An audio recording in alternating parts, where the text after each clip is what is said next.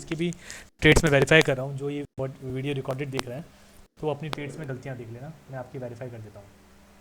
हाँ भैया बता देना, मैंने भी डाली थी। ठीक है ठीक है।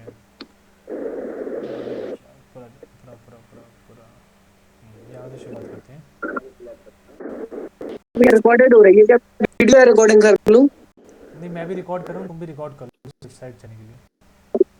अब मैं नहीं होती ना। हाँ, मैं यहाँ से स्टार्ट करता हूँ। अब जो ये पहली वीडियो है 20 EMA, अब 20 EMA भाई का कौन सा कलर का है? वाइट कलर का है, और 10 EMA है रेड कलर का। तो यहाँ पे पहले तो हम ट्रेड नहीं करते, तो यहाँ पे कोई भी ट्रेड लेने का था। क्यों? क्योंकि यहाँ पे चॉपी मार्केट थी। किसी को बीच में कुछ डाउट हो तो पूछना, चॉपी मार्केट क्यों? क्योंकि अगर आप देख लोगे इसको थोड़ा सा कॉन्सेंट्रेट करके, तो आपको दिख जाएगा कि एक ही जगह प्राइस मूव कर रहा है बार बार, तो इतना आपको ध्यान रखना पड़ेगा। हालांकि भाई का प्रॉफिट लॉस जो भी हिट हो गया, टारगेट हिट हो गया, लेकिन भाई ने गलत ट्रेड ली थी। तो देव भाई आपका ये गलत है, आप मार्क कर लेना इस चीज़ को। और फिर देव भाई की दूसरी ट्रेड देखते हैं। दूसरी ट्रेड तो यार ऐड करते रहूँगा क्या मैं? देव भाई फिर एडमिट वन, एडमिट वन। अच्छा, मैं अभी पहले एक बार सबकी ट्रेड्स वेरीफाई कर रहा हूँ कि किस किस ने कैसी ट्रेड। तो अभी देव भाई की चलिए, बाकी सब लोग रिकॉर्डिंग में देख लेना। तो देव भाई की ये वाली ट्रेड भाई ने ली है। जो ये ट्रेड ली ये भी गलत है। क्यों? क्योंकि क्रॉस ओवर के पहले ही ले ली। यहाँ पे अभी शुरू नहीं हुआ था। राम शीट अग्रवाल भाई, चलो ठीक है। अब वापस आते हैं अपनी ट्रेड्स पे आ गई। तो ये वाली ट्रेड भी गलत थी। क्यों? क्योंकि यहाँ पे हमें जो भाई ने स्टॉप लॉस से कुछ भी लिया है, यहाँ पे कोई भी हमें दिख भी नहीं रही कैंडल। यहाँ पे कोई डॉजी वगैरह या सॉरी पिन बार नहीं है हमारी। और अगर ये बुलिश बियरिश इन्वर्टर भी थी, तो ये अभी हमारा डाउन ट्रेंड बना नहीं था। पहले डाउन ट्रेंड बनने दो, यहाँ पे बनती, यहाँ पे बनती, थोड़ा सा लाइन्स को सेपरेट होने दो, हवा लेने दो, मतलब सांस लेने दो। और फिर यहाँ पे देखते हैं। चलो इस वाले को हम कंसिडर कर सकते हैं, क्योंकि डाउन ट्रेंड जस्ट खुला था। लेकिन ऐसे भी आपको इतनी भी जल्दी नहीं है। क्यों? क्योंकि अगर आपको ऐसे महीने में 7 8 या 10 ट्रेड भी मिल जाए आपको प्रॉफिटेबल, तो 10% यार बहुत ज़्यादा होता है। तो ये ट्रेड भी थोड़ी सी मैं कहूँगा कि बायस हूँ मैं, कि एक गलत ही मान के चलो, क्योंकि बिल्कुल आपने एंट्री में ले ली। अभी जस्ट ऐसे थोड़ा सा खुलने दिया करो, इसको खुलने दोगे तो आपको एंट्री मिलेगी, पक्का मिलेगी। बैक टेस्ट करके देखो अगर नहीं मिलती तो। और भाई फिर भाई एक जिस और बात पूछ रहा था, हाँ जैसे लाइन बनने स्टार्ट हो गए, डाउन ट्रेंड स्टार्ट हो गया इसमें, ठीक हाँ है? हाँ हाँ। तो मैं 3 कैंडल के बाद भी, आवाज़ करिए, 3 कैंडल के बाद आवाज़ ही नहीं आई मेरे भाई। मैं इसको 3 कैंडल के बाद भी ज्वाइन कर सकता हूँ क्या? 3 कैंडल के बाद मतलब कि मान लो कि डाउन ट्रेंड आ गया इसमें, 3 कैंडल बन गई, उसके बाद भी ज्वाइन कर लूँ इसको, पैटर्न को? डाउन ट्रेंड के तो कितना, जैसे ये देखो, ये है ना डाउन ट्रेंड, यहाँ से आया हम्म, तो हम्म, यहाँ पे एंट्री कर लो। तीन क्या, जितनी कैंडल के बाद एंट्री करो, बल्कि जितना ऐसा खुला डाउन ट्रेंड हो ना, जितना खुला, हम्म, तो उतना अच्छा होता है, आपको मूव मिलेगा आराम से। अब भाई ने यहाँ पे कौन सी ट्रेड ली, ये वाली मेरे को नहीं समझ आई, ये वाली। क्योंकि अभी मैंने कहा था कि बियरिश इनगल्फर बुलिश इनगल्फर कोई भी बिगिनर ट्राई नहीं करेगा, क्योंकि उसके अलग अलग रूल्स है, वो अलग टाइम फ्रेम पे हम यूज़ करते हैं। मेरे ख्याल में 15 मिनट में यूज़ करी भाई ने, वो 4 आवर पे मैंने कहा था। तो फिर देव भाई वाली आपकी गलत थी। ये वाली देव भाई की बहुत प्यारी ट्रेड है, ये देखो, ये परफेक्ट ट्रेड लिया भाई ने। बस इसमें ये करना है आपको कि इसके थोड़ा सा ऊपर लगाना था। मैंने हर बार बोला कि 1 पॉइंट या 2 पॉइंट आपको ऊपर लगाना है हमेशा अपना, ऐसे।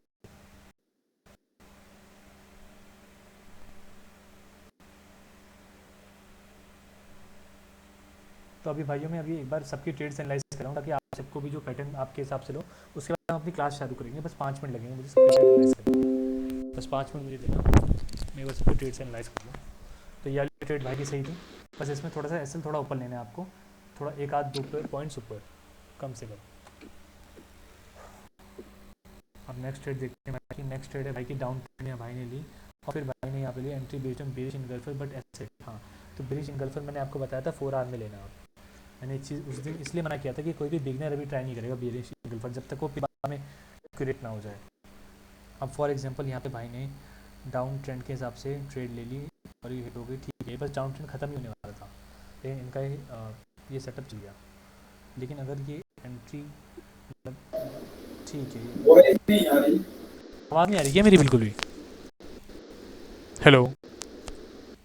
आ रही है भैया, आ रही, क्लियर है। अच्छा अच्छा ठीक है।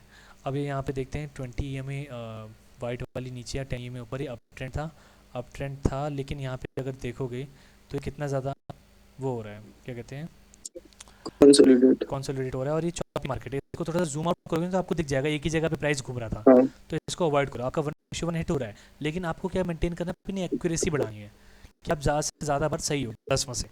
तो उसके लिए आप जो मैं रूल्स बता रहा हूँ वो आप रिकॉर्डिंग में भी देखना, रिकॉर्डिंग चली रही है। उसके बाद एक बार मैं चेक कर लूँ रिकॉर्डिंग चल रही नहीं चल रही। चलो कोई नहीं, भगवान भरोसे चली रही हो।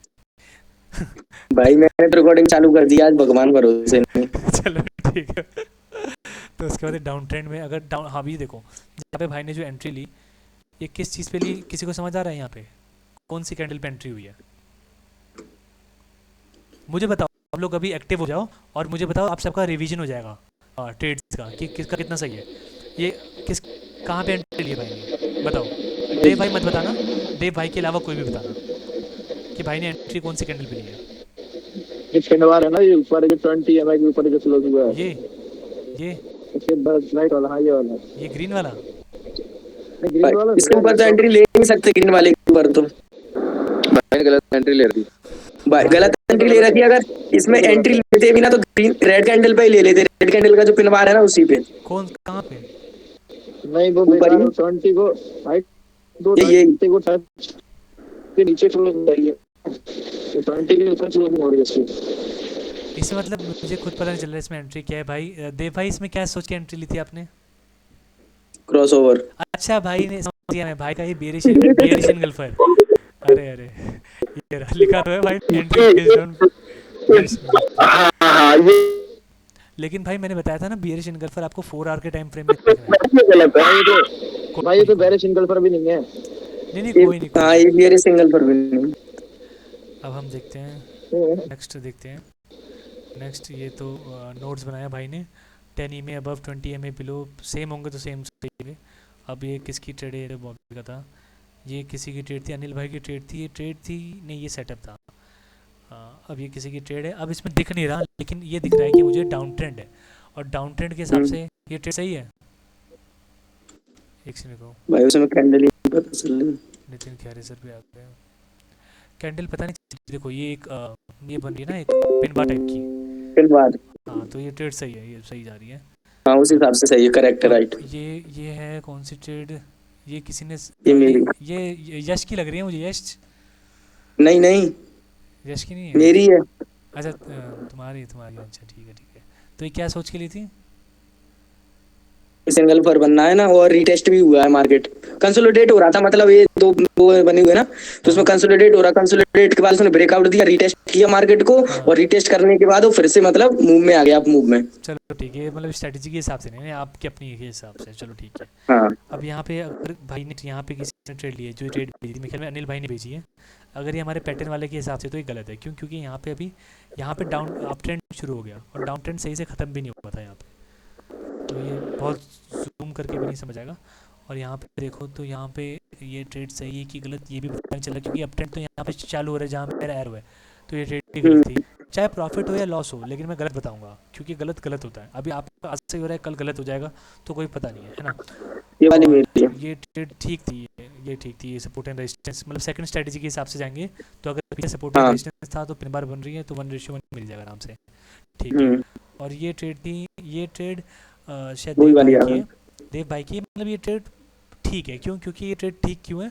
क्योंकि आपको जितना छोटा एसएल मिले वो बढ़िया है, कि हम्म, आपको जितना छोटा एसएल मिल जाए। बस इन्होंने थोड़ा सा एसएल रेड कैंडल के नीचे लगाना था, अगर यही कैंडल ग्रीन होती ना तो आपका एसएल और छोटा हो जाता है। क्यों? क्योंकि और ऊपर चली जाती। तो डाउन ट्रेंड में ग्रीन कैंडल मिले तो ज़्यादा अच्छा है। तो एसएल हो गया, और ये क्या है? ये तो कुछ और है, ये भी कुछ और है। ये तो बॉबी की शायद है, ये भी बॉबी का है। ये क्या था, किसी ने ये मैंने डाला था अच्छा ये इससे डाला, पहले वाला। ये वर्क कर गया था, ये भी मैंने डाला था। ये वर्क कर गया था, हाँ ये वाला। वर्क करा, ये वर्क हाँ तो कर हाँ, गया चल रही रनिंग देख, यहीं पे। देखूं क्या? नहीं ये यहीं पे 1:1 से ज़्यादा हो गया यहाँ पे, जहाँ पे मेरा एरो है। हाँ यहीं पे हो गया था हाँ तो अभी 1:1। 1:1 ही टारगेट करना था, मैं तो सही काम किया। 1:2 भी हो गया था टारगेट। ये ये क्या है? एंगल फॉर वाला है ये क्या है? क्या? ये इनगल्फर कैसे हो गई? हाँ कैसे? ये नहीं है रेड वाली ना को तो ग्रीन, बोलूं से। ग्रीन वाली को पूरा रेड को इनगल्फ करना था, तो ग्रीन तो छोटी रह गई है ना। हम्म, तो इसमें हम्म, अगर ट्रेड लेनी होती तो ये जो रेड कैंडल बन रही है ना, इस पे लेते और इसका हम्म, एसएल यहाँ नीचे लगाते, तो हम्म, उसके से चल जाता है ना। और यहाँ पे फिर इससे आपने ट्रेड ले ली। अब दूसरी ट्रेड देखते हैं आपकी, और कहीं है, और कहीं, और कहीं, और कहीं, और कहीं। ये फिर ये वाली मेरी है। ये वाली भी सही है, जो अगर इसके हिसाब से लिए तो इसके हिसाब से भी ले सकते थे। और ये बगल में आपकी हम्म, बेरिश निकल तो बनी, इस वाली की बॉडी पूरी निकल गई ना।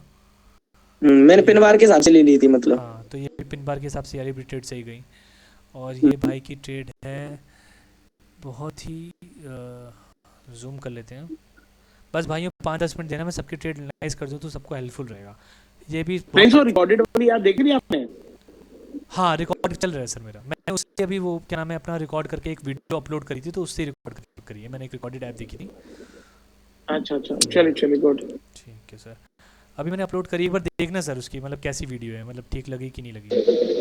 जो अरे मुझे लग रहा है तुमने पीयूष मिश्रा को कॉपी किया पूरा, किसको?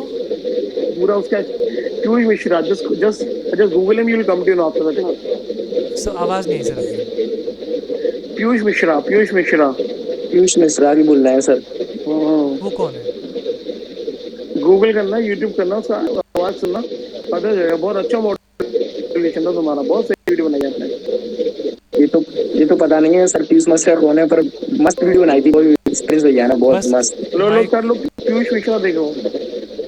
लिटरली। अच्छा ये आरंभ है प्रचंड वाले। हाँ हाँ एग्जैक्टली, इसका ना तुम एक्सेंट सुनना, जब ये बताता है ना अपनी स्टोरी लाइन में, जब बैकग्राउंड वो देखता है वॉइस ओवर, बड़ा हाँ अमेजिंग वॉइस ओवर दिखता है, बिल्कुल वैसे ही था एकदम सर। सेम। बस ये था अरे कि गैंग ऑफ वासेपुर वाला है ये तो। हाँ हाँ हाँ, बहुत ये बहुत actor बहुत अमेजिंग। सही बंदा है। तो अभी हम ना आज की क्लास शुरू करते हैं फिर। आज की क्लास हम शुरू करते हैं। और अरे वो वाला बताओ ना, एक वो वाला क्या कहते हैं, एक बुरा कहते हैं ना setup। क्या बता दूँ? एक वो वाला सेटअप था ना, यूरो कैड क्या क्या कर रहे थे। रुको रुको रुको, मेरे को या तो अभी चैट में जाके एक बार मार्क कर दो, किसी की रहती है तो एक बार वो मार्क कर दो। आयुष भाई मार्क कर दो, 1 टाइप कर दो। अरे वो मैंने भेजी थी ना। अच्छा भाई, ठीक है, जूम हो एक जाओ, सेकंड। जूम जूम, जूम नहीं हो रहा ये तो। देखिए यूरो कैड का था ये, इसमें बॉडी कहाँ गई, तो मेरे को भी नहीं दिया। चलो कोई नहीं, मैं ना एक काम करूँगा, अभी देख के ग्रुप में ही मैसेज कर दूंगा कि ग्रुप में कि आपका ऐसा ऐसा सीन है और आप ये चीज़ समझ लेना, मतलब मैं प्रॉपर रिकॉर्डेड भेज दूंगा कि आपने ये चीज़ फॉलो करी कि नहीं करी। ये रहा मिल गया। एक बार किसके माइक से थोड़ी सी नॉइज़ आ रही थी, चलो बंद कर लिया। थैंक यू भाई, बहुत ही अच्छे लोग हो आप, भगवान भला करे। और लास्ट टाइम ना मैंने लास्ट क्लास में एक बार ये दिखा दिया था, एक बार एक क्या नाम है इमेज दिखाई थी। अच्छा किसी ने देखी ये वाली वीडियो? हाँ भैया मैंने देख ली पूरी। हाँ भाई मैंने भी देख ली सारी। ये याद है?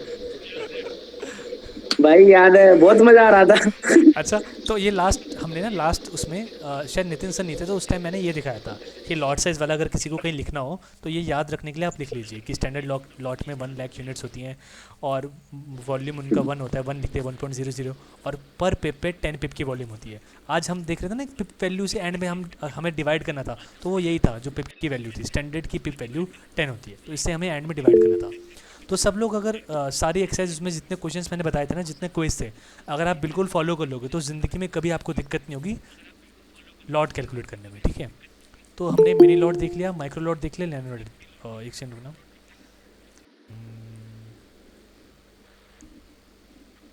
अच्छा शिवा तेरा माइक ऑन है क्या? मेरा माइक हाँ ऑन है, बंद कर दूं? हाँ तेरे यहाँ से एको आता है, तू रिकॉर्ड करता है ना इस वजह से। हाँ हाँ इस वजह से। हम कहाँ पे थे? वही वो दिखा रहे थे, वो शीट दिखा रहे थे। हाँ तो ये चीज़ मैंने बता दिया कि मिनी माइक्रो और नैनो लॉट्स। अब नैनो लॉट में तो क्या है, जैसे कि अभी बॉबी का अभी जब ये क्वालिफाई हुआ ना उनका फॉरेक्स सैलरी वाला, तो हमने फॉरेक्स सैलरी वाले सर से बात किया कि अब जैसे हम 500 में और 1000 में प्रॉपर रिस्क मैनेजमेंट नहीं कर सकते। लास्ट क्लास में हमने एक एग्जांपल देखा था, देव भाई ने पूछा था कि अगर $1000 है मेरे पास है ना, और मैं 1% रिस्क करना चाहता हूँ, 1% यानी $10 में रिस्क करना चाहता हूँ, और मेरा स्टॉप लॉस है 12 पिप का, तो वो आ रहा था 0.084 समथिंग करके या 86 समथिंग करके। तो उसमें क्या हो रहा था कि हम इससे माइक्रो से एक बाद वाले डिजिट नहीं खोल सकते अपने ब्रोकर के अंदर। तो ये चीज़ हमने सर से भी पूछी कि सर अगर हम एक्यूरेट अगर हमें करना है और आप $500 दे रहे हो खाली, तो ये पॉसिबल नहीं है। तो सर ने कहा नहीं आप थोड़ा सा इसको मैनेज कीजिए। तो वही है कि हमें थोड़ा सा राउंड ऑफ करके चलना होगा। अगर यहाँ पे 8.5 है तो हम 9 ले लेंगे, 8.5 से नीचे का कुछ है तो हम 8 ले लेंगे यहाँ पे। अब दूसरी चीज़ हम देखते हैं, रिस्क टू रिवॉर्ड रेशियो हमने लास्ट टाइम नहीं देखा पर था। नहीं, पर ये 0.01 से नीचे की फिगर लिखी जाती है कोई? हाँ, नैनो लॉट्स में होती है सर ये। मैंने एक दो बार ट्राई करी थी, कभी एंटर कर नहीं पाया। यानी कि आप ये कह रहे हो कि 0.003 0.005 लिखा जाएगा? 0.005, हाँ, लेकिन आपके पास वो ब्रोकर होना चाहिए जो आपका नैनो लॉट खोल सके। एक्सएनएस में नहीं खुलता। अच्छा, हाँ वही मैं कह रहा हूँ, वो सारे ब्रोकर देते नहीं है वो। बहुत कम ब्रोकर्स और देते हैं। टैपेक्स में नहीं खुलता। हाँ, तो तो फिर इसका अदरवाइज अदरवाइज अगर सपोज कर आपका ब्रोकर नहीं देता, तब तो प्रिंस सबसे अच्छे ऑल्टरनेट यही कि आप कम पिक्स का टारगेट का स्टॉप लॉस लेके चलो आप। इसका अल्टरनेट ये है कि हम राउंड ऑफ फिगर लेके चलेंगे। जैसे कि अगर हम प्रॉफिट राउंड ऑफ करते हैं तो हमारा लॉस भी राउंड ऑफ होगा, इन द सेंस कि आप ये समझिए कि अगर आपका थोड़ा सा आपका फ़र्क पड़ेगा, मतलब बहुत पॉइंट में। जैसे कि मैं एग्जांपल देता हूँ, जैसे मैंने आपको एग्जांपल दिया ना 1000 यूएसडी में, हाँ वो तो समझ गया। अगर हम 1% का करते हैं तो हमारे पास 10 यूएसडी है और हम 12 पिप का ऐसे लगा रहे हैं, तो आप 8.4 की जगह 8 लगाएंगे ना, तो आपका स्टॉप लॉस 10 यूएसडी से चेंज हो जाएगा 9.6 यूएसडी पे। तो ज़्यादा मेजर फ़र्क नहीं आया, है ना। और इसके अलावा एक बेस्ट तरीका होता है कि आप पिप वाला रूल फॉलो कर सकते मेरी हो। आपकी वाली वीडियो ना, मुझे 5 मिनट की रह गई है देखने के लिए। मुझे बस इसमें रह गई, इसमें बताओ कि सपोज करो आपने आपका वो सब तो चलो आ गया 0.1 0.05, हाँ आपने जी, कहीं पे 80 पिप्स का कैलकुलेट करा, कहीं 200 पिप्स का नहीं, कि 120 पिप्स का लिया है। हाँ जी। वो कैसे, उस कैलकुलेशन को कैसे डिटरमाइन करेंगे और फिक्स करना पड़ेगा? नहीं नहीं नहीं, वो तो आपकी प्रैक्टिस कराने के लिए था कि आपको कुछ भी मिलता है तो अच्छा, आप कैलकुलेट कर लें। Otherwise different. अगर 1:1 का रेशियो ले रहे हैं, तो उसमें हाँ, हमारा कितना 10 पिप्स का ही हम लोग वो लेंगे? नहीं नहीं, अगर 1:1 का रेशियो है आपका, है ना सर, तो 1:1 में ऐसा होता है कि अगर 10 पिप का एस एल है तो 10 पिप का टेक प्रॉफिट होगा, 100 पिप का एस एल होगा तो 100 पिप का टेक प्रॉफिट होगा। समझे आप सर? ओके, मतलब रिस्क और प्रॉफिट गॉट इट दोनों गॉट सेम इट। होता है, तब हम 1:1 बोलते हैं। अब ये देखिए, और और ये वो चीज़, डिपेंड करेगा आपकी कैंडल की हाइट पे। हाँ, कैंडल की हाइट पे। अभी हमें बस अपने अपना सर क्या करना है ना, अभी हमें उसमें कंफर्टेबल होना है, उसके बाद हम और बड़े टारगेट्स ले पाएंगे। अभी हम कल की नहीं, क्लास से, ट्रू अगर ट्रू। आज हम कंप्लीट कर लेते हैं आज वाला कोर्स अपना, तो कल की क्लास से हम पैटर्न शुरू करेंगे। तो फिर पैटर्न्स में भी हम पहले 1:1 लेंगे, क्योंकि पैटर्न्स में तो आपको 1:3 1:4 आराम से मिल जाता है। तो वो चीज़ हम पहले कंफर्टेबल हो रहे हैं कि हमें जब अंदर से फील आएगा ना कि भाई ये कैंडल की लैंग्वेज ये बोलती है कि मैं 1:2 तक का टारगेट कर सकता हूँ, ये रिट्रेस नहीं करने वाली, इसने सपोर्ट ले लिया है या फिर इसने रीटेस्ट कर लिया, या हम फिबोनाची के यूज़ करेंगे। तो वो अभी धीरे धीरे करके हम इंट्रोड्यूस करते रहेंगे। पहले आपको अपनी एक्यूरेसी बढ़ानी है। मैं एक बार सबको बताता हूँ कि 3 स्टेजेस होते हैं आपकी ट्रेडिंग के अंदर एज अ बिगनर। तो फर्स्ट स्टेज में आपको क्या करना है, कम से कम आपको ज़्यादा से ज़्यादा, मतलब कि मिनिमम आपको 1 मंथ, सॉरी मैक्सिमम, मतलब ऐसा है कि 1 मंथ कम से कम आपको देना है, ऐसा मतलब मेन चीज़ है। और आपको किस चीज़ में देना है कि आपको अपनी एक्यूरेसी बढ़ानी है। आपका फर्स्ट स्टेज तब क्लियर होता है जब आपकी एक्यूरेसी हो जाएगी 70 to 80%, मतलब 10 में से 7 ट्रेडें आपकी सही हो रही है, 7, तो आपकी एक्यूरेसी अच्छी होगी, आप सेकंड स्टेज में जा सकते हैं। तब आप 1:1 के अलावा 1:2 टारगेट कर सकते हैं। 1:1 पे आपने 50% अपनी पोजीशन एंड कर दी और फिर आप आगे गए। ये चीज़ें मैं अभी डिटेल में डिस्कस करूँगा कोर्स के साथ साथ। ये बस एक आइडिया दे रहा हूँ कि जैसे लोगों को अपने अंदर कॉन्फिडेंस बिल्ड करो, आप एक्यूरेसी पे ध्यान दो, आप प्रॉफिट पे ध्यान मत दो, क्योंकि आपको लंबा टिकना है। प्रॉफिट तो ज़िंदगी भर लेते रहोगे, लेकिन ज़िंदगी भर एक्यूरेसी नहीं बन पाएगी। मतलब एज अ बिगनर सबको बता रहा हूँ कि जो चीज़ मैंने फेस करी, मेरे को गलतियाँ हुई, तो वही गलतियाँ आप रिपीट मत करो कोई भी। तो हमें लास्ट क्लास में हमने risk to reward and win rate का एक रेशियो देखा था कि अगर अगर हमें 1:1 है तो हमें एटलीस्ट 50% से ज़्यादा सही होना पड़ेगा। मतलब हम 10 में से 5 ट्रेड हमारी इससे ज़्यादा सही होगी तब हम प्रॉफिटेबल हैं, और हमारी मान लेते हैं 6 ट्रेड गलत हो गए तो हम लॉस में ही जाएंगे। 5 कम से कम 5 पे तो हम ब्रेक इवन हो रहे हैं, कोई प्रॉफिट ना कोई लॉस। और ऐसे 2:1 लेंगे तो हम 30% से ऊपर रहेंगे। अगर 30% से ऊपर हमारी ट्रेड्स सही होती है तो हम प्रॉफिटेबल हो जाएंगे। और ऐसे ही अगर हम आएंगे 5:1 पे, तो 5:1 में अगर आप देखोगे तो आपको 20% भी अगर आप अचीव कर लेते हो, मतलब 10 में से 2 ट्रेड भी आपकी सही हो रही है, तो आप तब भी प्रॉफिटेबल हो। तो इस हमें क्या करना है, पहले हमें एक्यूरेसी बढ़ानी है, उसके बाद हमें रिस्क टू रिवॉर्ड बढ़ाना है। तो कोर्स के एंड तक आपका रिस्क टू रिवॉर्ड 1:4, मतलब 1:3 से 1:5 में लाया करेगा, ये हमारा गोल है।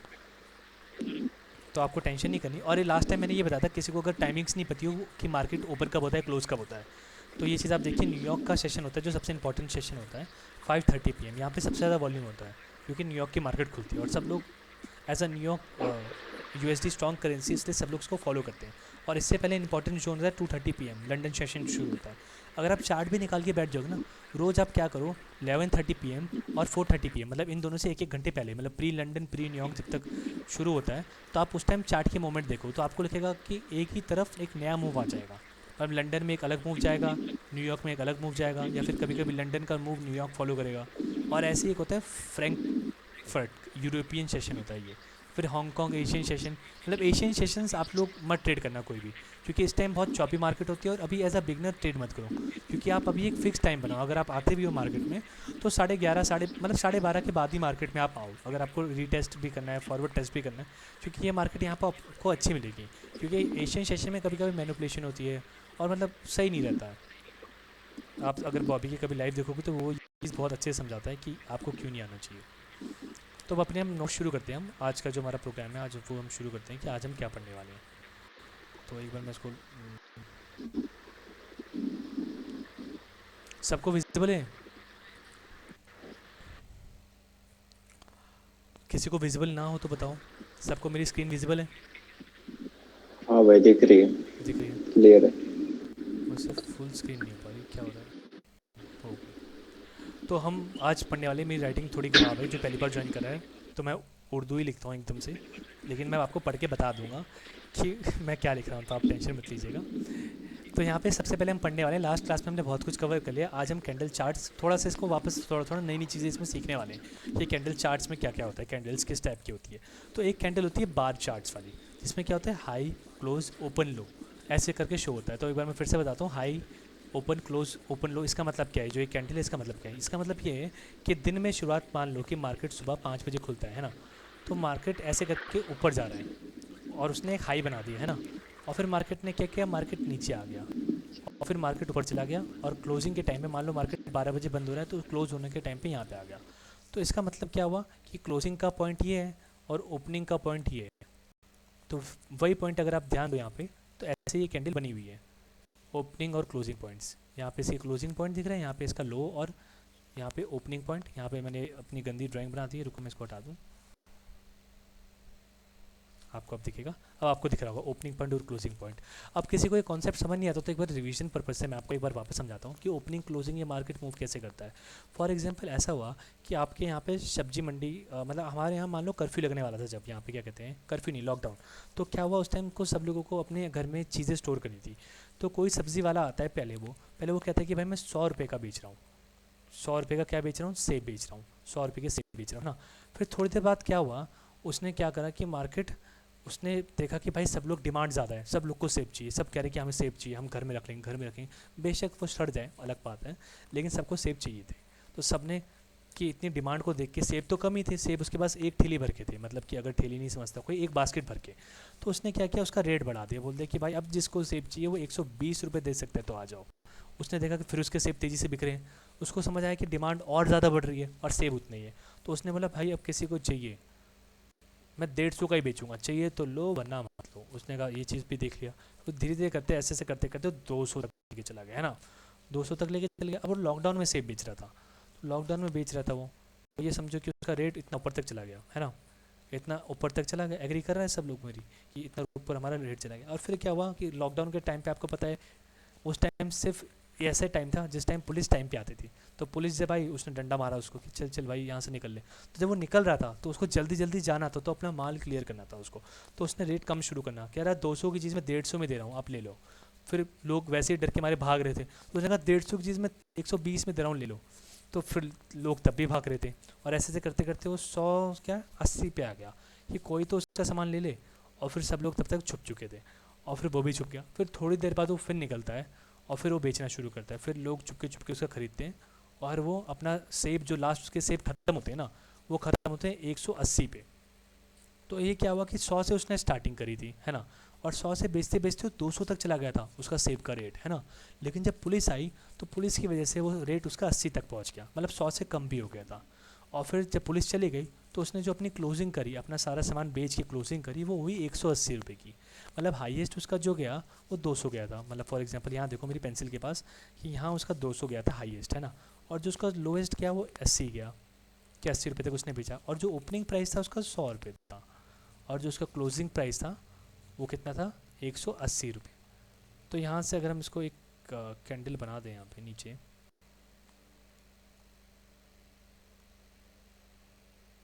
तो एक तरीके से आपका ये बार बन गया। बार में आपको पता है कि लोएस्ट ये वाला पॉइंट है, हाईएस्ट ये वाला पॉइंट है, और आपका ओपनिंग ये था, क्लोजिंग ये था। तो अब हम इसको एक बार हटा देते हैं अपनी बहुत ही पिकासो टाइप की पेंटिंग को। अब हमने समझ लिया ओपनिंग और क्लोजिंग का क्या फंडा है। अब एक बात बताओ, अगर कोई चीज़ 10 की बिक रही है ना, और बाद में चल के वो चीज़ मान लो 100 रुपये की बिके है ना, तो ये मतलब हुआ ना कि वो मार्केट 10 से 100 गया है, मतलब 10 से 100 ऊपर जाना होता है। ये तो नहीं बोलूँगा ना मैं कि भाई 10 से 100 चला गया मेरा भाव कम हो गया। तो ये चीज़ आप समझ गए कि 10 से 100 जा रहा है, इसका मतलब कैंडल ग्रीन बनेगी।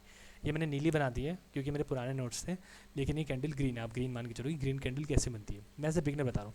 अच्छा, मुझे एक बात बताओ, किसी को ये चीज़ समझनी है कि मैं स्किप कर दूँ? अगर सबने लास्ट वीडियो देख लिए तो फिर मैं थोड़ा सा आगे बढ़ाता हूँ। हाँ भाई आगे बढ़ सकते हो तुम। ठीक है।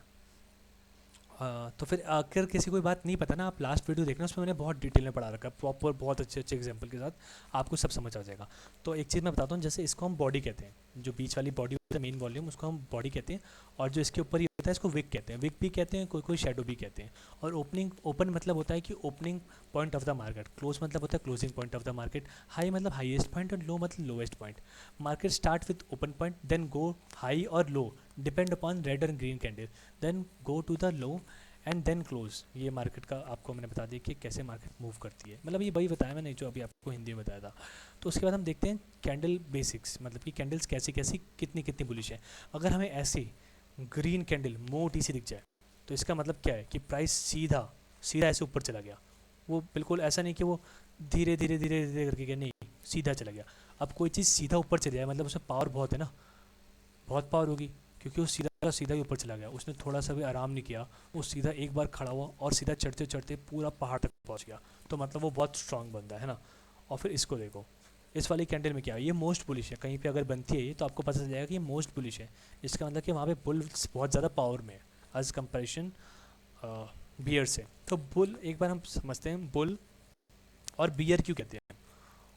बुल इसलिए कहते हैं क्योंकि बुल आपने देखा हो वो बहुत तगड़ा सा होता है, वो बहुत ऐसा शान टाइप का होता है, और उसकी आदत होती है कि वो अपनी सींग से, ये उसकी सींग होती है ना ऐसे करके, वो अपनी सींग से चीज़ें उछाल के फेंकता है। तो ये बुल क्या करता है, मार्केट को नीचे से ऐसा उछाल के ऊपर फेंकता है। जैसे ये मार्केट है ना, इसको इसने उछाल के ऊपर फेंक दिया। और जो बियर होता है, बियर के ऐसे पंजे होते हैं, डायनासोर वाले पंजे होते हैं, जुरासिक पार्क टाइप वाले। तो उस वो क्या करता है, उसको पंजा मार के नीचे फेंक देता है। तो इसलिए हम बुल एंड बियर कहते हैं कि ये कॉन्सेप्ट सब मतलब ध्यान रखना, कोई पूछेगा तो नहीं आपसे, लेकिन एक पल को ध्यान रखने में क्या जाता है। अब देखिए मोस्ट बुलिश कैंडल ऐसी दिखती है, मतलब पूरी की पूरी ग्रीन कैंडल ऐसी दिखती है, आप इसको ध्यान रख के अपने नोट्स में बनाना। और सेकंड मोस्ट बुलिश कैंडल, जो सेकंड मोस्ट बुलिश कैंडल है वो ऐसी क्यों दिख रही है, इसके पीछे की साइकोलॉजी, मतलब आप हर चीज़ का क्वेश्चन उठाया करो कि क्यों भाई ऐसे क्यों दिखी। अब देखो मोस्ट बुलिश कैंडल का मैंने नीचे चार्ट भी बना रखा है कि चार्ट में आपको ऐसे दिखेगा। अगर चार्ट में आप अगर मूवमेंट देखोगे तो प्राइस क्या कर रहा है, प्राइस बिना कोई बड़ी रिट्रेसमेंट दिए ऊपर ऊपर चले जा रहा है। तो इसको बोलेंगे हम ओपनिंग प्राइस, इसका देखो यहाँ पे है ना, और क्लोजिंग प्राइस यहाँ पे है। मतलब हाई लो तो इसने बनाया ही नहीं, लो दूसरा फॉर्म नहीं किया, जहाँ से खुली मार्केट और वहीं से ऊपर चले गए। तो आप समझ रहे हो ना, यहाँ बुल्स रेडी बैठे थे कि भाई यहाँ से मैं सींग मार के उड़ा ही दूंगा इसको, बिल्कुल। और जैसे ही मार्केट खुली इसने सींग मार के इसको तुरंत उड़ा दिया, मतलब ये मोस्ट बुलिश कैंडल है। अब आप समझ गए बात। और यही कैंडल यहाँ पे होता है, यहाँ पे देखिए मार्केट ओपन होती है ना, पहले मार्केट ओपन हुई तो मार्केट ओपन यहाँ से होती है, ओपन होने के बाद पहले मार्केट नीचे गई, वहाँ पे बियर्स बैठे हुए थे पहले कि भाई मैं इस मार्केट को नीचे लेके जाऊँगा। लेकिन उन्होंने देखा जैसी मार्केट इस पॉइंट तक पहुँची नीचे तक, यहाँ पे बुल्स बियर्स मान लो 50 थे तो बुल्स यहाँ 200 खड़े थे, और उन्होंने मार्केट को तुरंत ऊपर खींच दिया। तो मूवमेंट इसका कैसे हुआ, मार्केट ओपन होने के बाद पहले नीचे जाती है और फिर पूरा ऊपर चली जाती है, मतलब ओपनिंग प्राइस से ऊपर चली जाती है। तो जो नीचे बन जाएगी वो शेडो बन जाएगी, क्यों, क्योंकि वॉल्यूम तो ऊपर बन गया हमारा। तो ये हमारी कैंडल यहाँ बन गई ऐसे वॉल्यूम, और ये इसकी विक नीचे है, तो वैसे हमने यहाँ पे कैंडल बना रखी है। मतलब ये सेकंड मोस्ट बुलिश कैंडल होती है। तो आपको ये समझ गया कि यहाँ सेकंड मोस्ट बुलिश क्यों है, क्योंकि इसने बियर्स को पछाड़ दिया, बियर्स को पछाड़ने के बाद कैंडल ऊपर चली गई। अब देखते हैं नॉर्मल बुलिश। नॉर्मल बुलिश में क्या है कि ये नॉर्मल बुलिश कैंडल है, क्यों, क्योंकि इसके ऊपर भी विके नीचे भी विके, मतलब ये मार्केट ओपन होती है, पहले थोड़ा सा नीचे जाती है, फिर थोड़ा ऊपर गई, और फिर थोड़ा सा नीचे आ गई। इसका मतलब कि बुल्स हैं, मतलब बुल्स मार्केट में है, मतलब इतना तो बुल्स का मूव था जो कि बियर्स से ज़्यादा है। लेकिन इसमें यह है कि बियर्स कभी भी आ सकते हैं, मतलब कि यहाँ पे ये है कि नॉर्मल बुलिश का मतलब ये हुआ कि बियर्स भी हैं मार्केट में आसपास ही कहीं। अब न्यूट्रल बुलिश, न्यूट्रल बुलिश मतलब ये होता है कि यहाँ पे ओपनिंग और क्लोजिंग प्राइस ऑलमोस्ट सेम है, मतलब मार्केट यहाँ से ओपन हुई है ना, फिर बियर इसको नीचे लेके चले गए, तो फिर क्या किया, बुल्स आ गए, बुल्स इसको ऊपर लेके चले गए, और फिर बियर इसको फिर नीचे ले गए, तो थोड़ा सा फ़र्क आया, बहुत थोड़ा सा। तो इसको कहते हैं न्यूट्रल न्यूट्रल बुलिश, मतलब यहाँ से ये नॉर्मल बुलिश है और न्यूट्रल बुलिश है। मतलब अगर आप देखते हैं कहीं कोई पैटर्न बन रहा है ना, वहाँ पे पहले ये कैंडल बनी ऊपर, मतलब ऊपर ये कैंडल थी, फिर नीचे आ रही मार्केट ये कैंडल बनी, फिर ये फिर ये फिर ये, तो आपको समझ आएगा कि पैटर्न जो हमारा बुलिश रैली थी या कुछ भी थी वो स्लो होते जा रही है ना। और मान लो यहाँ से ऐसे ऐसे ऐसे कर ये वाली बनी, तो मतलब बुलिश की रैली स्ट्रांग होती जा रही है। पहले लीस्ट बुलिश बनी, फिर न्यूट्रल, फिर नॉर्मल, फिर सेकंड मोस्ट बुलिश, और फिर सीधा मोस्ट बुलिश बन गई। तो इसकी वजह से मतलब आप ये चीज़ को ध्यान दीजिए। अब मैं एक चीज़ बताता हूँ, मैंने आपको पिन बार बताया था, आपको सबको याद होगा। पिन बार में आपको बता रहा था मैं उस दिन, आपको डिस्टर्बेंस हुई थी। तो उस टाइम मैं क्या बता रहा था कि अप ट्रेंड में, जब अप ट्रेंड हम ढूंढते हैं और अप ट्रेंड में हमें जब ट्रेड लेनी तो हमें ये वाली कैंडल ढूंढनी है। मैं उस टाइम ये बता रहा था, क्यों बता रहा था, क्योंकि ये सेकंड मोस्ट बुलिश कैंडल है। जब आप इसमें ट्रेड करेंगे तो इसका चांस ही इतने ज़्यादा हो गए कि ये वाले पिन बार की, क्योंकि सेकंड मोस्ट बुलिश कैंडल है तो इसमें हाई चांस है कि बुलिश मूव देगा और ये आपका एसएल यहाँ पे लगाएंगे और फिर इसका टीपी आपका अचीव हो सकता है। और मैं इसमें आपको क्यों मना कर रहा था, क्यों, क्योंकि बुलिश ट्रेंड में कह रहा हूँ मैं, ऊपर के ट्रेंड में इस कैंडल को ट्रेड करने के लिए मैंने मना किया था। क्यों मना किया था, मैंने आपको बताया भी था कि रॉकेट इसका इस तरफ है नीचे की ओर, अगर हम मान के चलिए रॉकेट है तो ये मार्केट को नीचे ले जाना चाह रही है। तो आप बुलिश ट्रेंड में, अप ट्रेंड में अगर अप ट्रेंड के ले रहे हैं, लॉन्ग पोजीशन ले रहे हैं, तो आप ऐसी कोई कैंडल चूज़ नहीं करना चाहेंगे ना जो आपको डाउन ट्रेंड की ओर लेके जाए। जैसे आप देखिए, इसका मतलब ही क्या हुआ कि मार्केट अप ट्रेंड ले गई और फिर बियर ने उसको नीचे गिरा दिया, है ना। बस वो ओपनिंग से थोड़ा ऊपर है, बहुत बहुत ज़्यादा फ़र्क नहीं है। तो इसका मतलब क्या समझिए कि भाई बियर भी अच्छी खासी पावर में है ना, तो जब बियर अच्छी खासी पावर में है, कैंडल चूज़ ही क्यों करना, वो कैंडल चूज़ करो कि जो जहाँ पे बियर कम पावर में हो। यहाँ चॉइस की बात है, आप जितना चॉइस अच्छा करेंगे आप औरों से बेहतर होगा। क्यों, क्योंकि ये पिन बार सबको दिख रहे होंगे, है ना। लेकिन आपकी चॉइस पे डिपेंड है। आप रूल्स अगर कोई लिख रहा हो तो ये रूल लिख सकता है कि आपको अप ट्रेंड में जो पिन बार ढूंढनी हो, सेकंड मोस्ट बुलिश वाली पिन बार ढूंढनी है, ये रूल कोई लिख लो। और आपको न्यूट्रल पे ट्रेड कर सकते हो अगर बहुत छोटी बनती है तो। न्यूट्रल बुलिश पे ट्रेड करोगे जब बहुत छोटी बनेगी, आपका एसएल बहुत छोटा होता है ना। बहुत, जैसे एक देव भाई की एक में ट्रेड में बहुत छोटा एसएल था ना, वैसा कुछ। अब इस ट्रेड इस पे आपको बाय वाली ट्रेड में नहीं लेना। क्यों, क्योंकि इसका मतलब यही है कि ट्रेंड बहुत फीका पड़ गया है और ये मूव नहीं आने वाला। मतलब हर बार ये सही नहीं होगी, लेकिन आपको इसकी साइकोलॉजी समझ ली ना आपने। किसी को इसकी साइकोलॉजी समझ नहीं आई हो कि इसके पीछे का मूवमेंट क्या है, ये बनी क्यों। ये तो भाई क्लियर हो गया अभी। क्लियर हो गया, ठीक है। अब ये देखते हैं, ये थोड़ी सी गंदी हो गई, मैं इसको ठीक करता हूँ।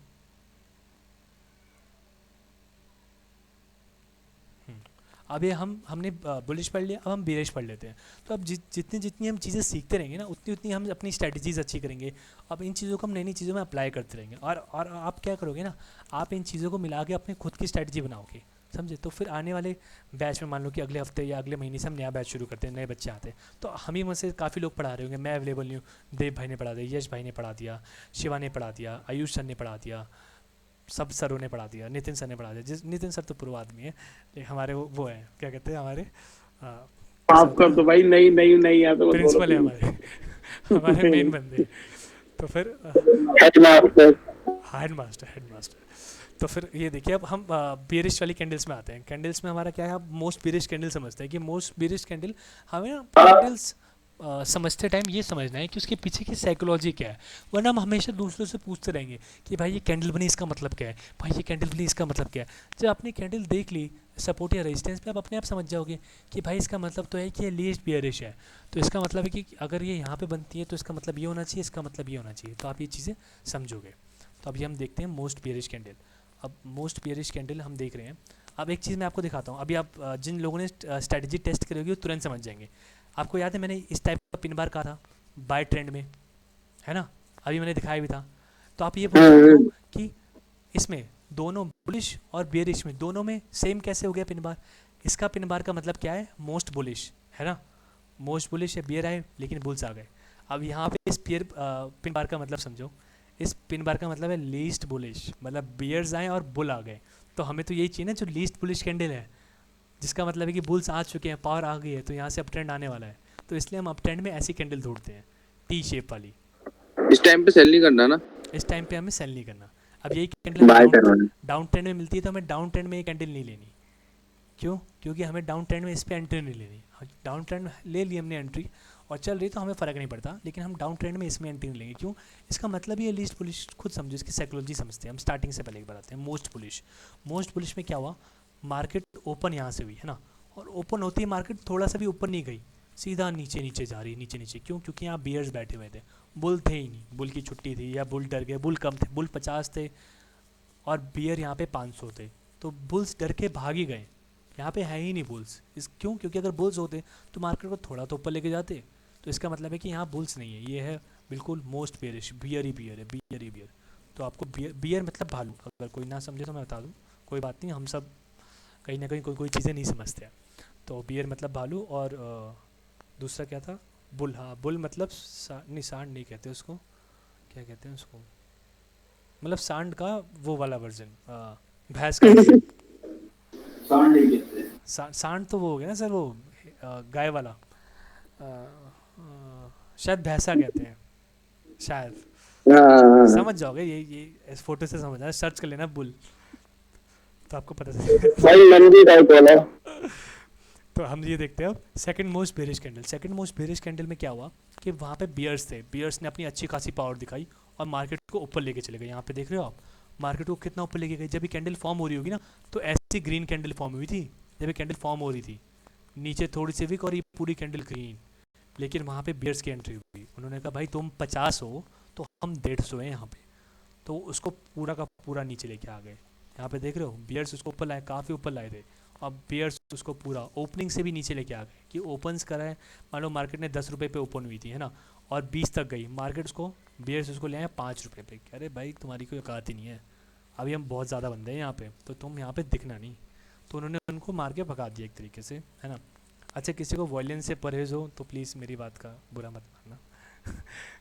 नॉर्मल बेरिश हम देखते हैं कि नॉर्मल बेरिश में क्या हो रहा है। नॉर्मल बेरिश में हमें देखना है इसकी साइकोलॉजी क्या है। अब ये बनती है तो ये बहुत कंफ्यूजिंग कैंडल नहीं है ज़्यादा, अगर आप इस पर ध्यान दें, लोग इसके और इसमें कंफ्यूज हो जाते हैं। इसमें बहुत ज़्यादा फ़र्क है नॉर्मल और न्यूट्रल बुलिश में।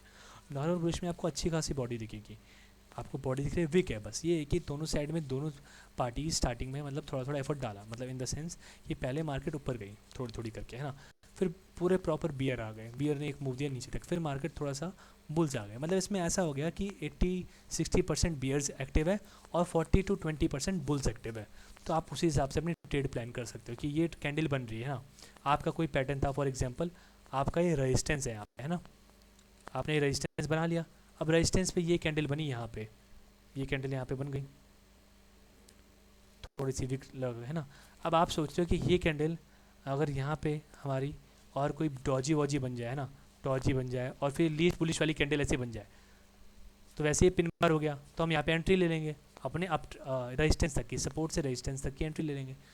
तो आप ये वेट करोगे ऐसी कोई कैंडल बनती, तो आपको पता है नॉर्मल हो गए बुल्स, मतलब नॉर्मल हो गए बियर्स। तो यहाँ पे अगर नॉर्मल हो गए बियर, अगर इसके बाद बुलिश कैंडल नहीं बनती कोई, है ना, न्यूट्रल और लीस्ट बुलिश मिलती है, तो हम एंट्री ले सकते हैं। क्या पता है हमें सूटेबल एंट्री मिल जाए, आप वो चार्ट अपना मेन टाइम फ्रेम में लगा दोगे। तो उसके बाद हम न्यूट्रल बुलिश देखते हैं। न्यूट्रल बुलिश में क्या हुआ कि न्यूट्रल है, मतलब बुल और बियर्स ऑलमोस्ट न्यूट्रल है। तो इसमें क्या होता है कि रेड बनती है, लेकिन क्या होता है कि मार्केट खुली और बुल्स उसको ऊपर लेके चले गए, फिर बियर्स उसको नीचे लेके आ गए, फिर बुल्स उसको वापस ऊपर ले आए, लेकिन अपनी ओपनिंग प्राइस से ऊपर नहीं ले जा पाए। मार्केट अगर 10 रुपये पे खुली थी तो उन्होंने उसको 9 या 8 रुपये पे लाके खड़ा कर दिया, मतलब ज़्यादा फ़र्क नहीं है। इसका मतलब है कभी भी बुल्स यहाँ पे हावी हो सकते हैं, क्योंकि मार्केट बिल्कुल न्यूट्रल पे है। और ये लीस्ट बुलिश, लीस्ट बुलिश क्यों? क्योंकि बेकार चीज़ है बिल्कुल ही। क्यों? खुद सोचो कि बियर्स इतनी मेहनत करके इसको नीचे लेके गए पूरा का पूरा, और फिर एकदम से बुलाया उसको ऊपर लेके चले गए। बस थोड़ा सा आपको उनने ये रहम दिखा दी कि आपको उनमें तरस खा गए और ओपनिंग प्राइस से नीचे क्लोज कर दी। तो ये हो गया आपका लीस्ट बुलिश। अब यहाँ पे हम देखते हैं टाइम फ्रेम्स, क्या क्या टाइम फ्रेम हम मतलब ऑब्जर्व करेंगे ज़्यादा से ज़्यादा। इससे ऊपर तो अभी कोई एज अ बिगनर नहीं जाएगा, जाना चाहे तो जा सकता है, मंथली, ईयरली, क्वार्टरली ऐसे करके होते हैं। लेकिन मेन टाइम फ्रेम अभी हम जो स्टडी करने वाले हैं, मतलब ऐसा नहीं कि आप क्वार्टरली नहीं स्टडी करो, लेकिन कोई नहीं स्टडी करता 3 मंथ 6 मंथ्स वाले टाइम फ्रेम। जो मेजर हम सब लोग या जो ज़्यादातर लोग प्रोफेशनल ट्रेडर्स यूज़ करते हैं वो यूज़ करते हैं मंथली। आपने मंथली में कोई चार्ट एनालाइज किया, फिर डेली एनालाइज कर लो, फिर वीकली में, वीकली पहले आता है, डेली से पता नहीं क्यों मैंने गलत लिख दिया, तय सब शायद तब मुझे ना पता हो ये चीज़।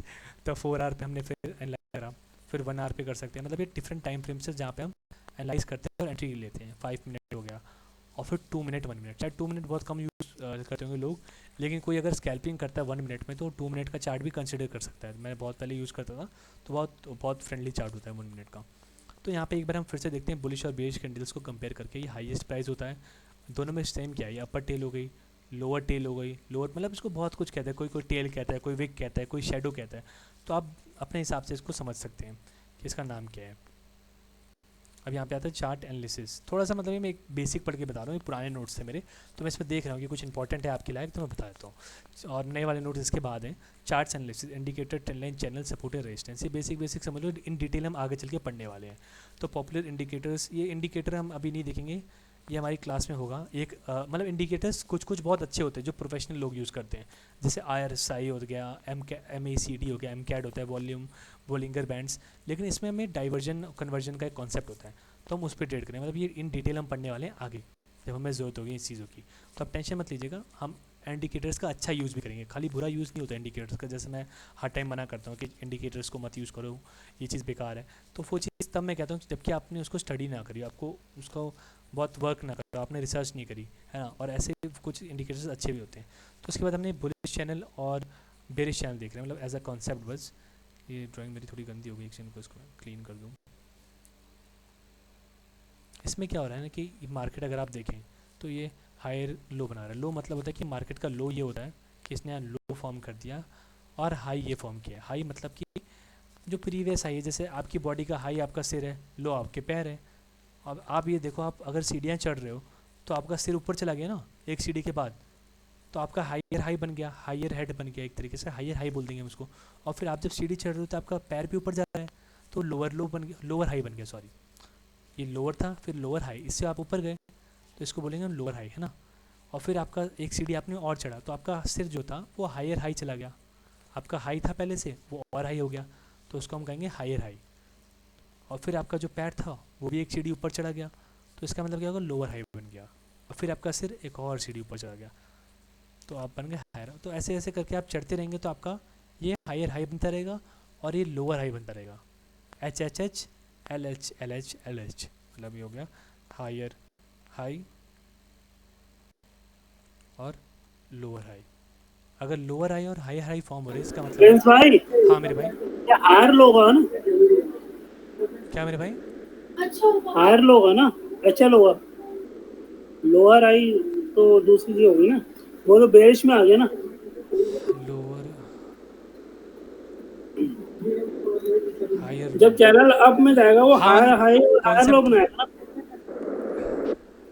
कंफर्म करना है, ये चीज़ सही कह रहे हैं भाई। हायर लो यार, लो मतलब ये लो आपका हाई जाएगा, ये मैं कह रहा हूँ।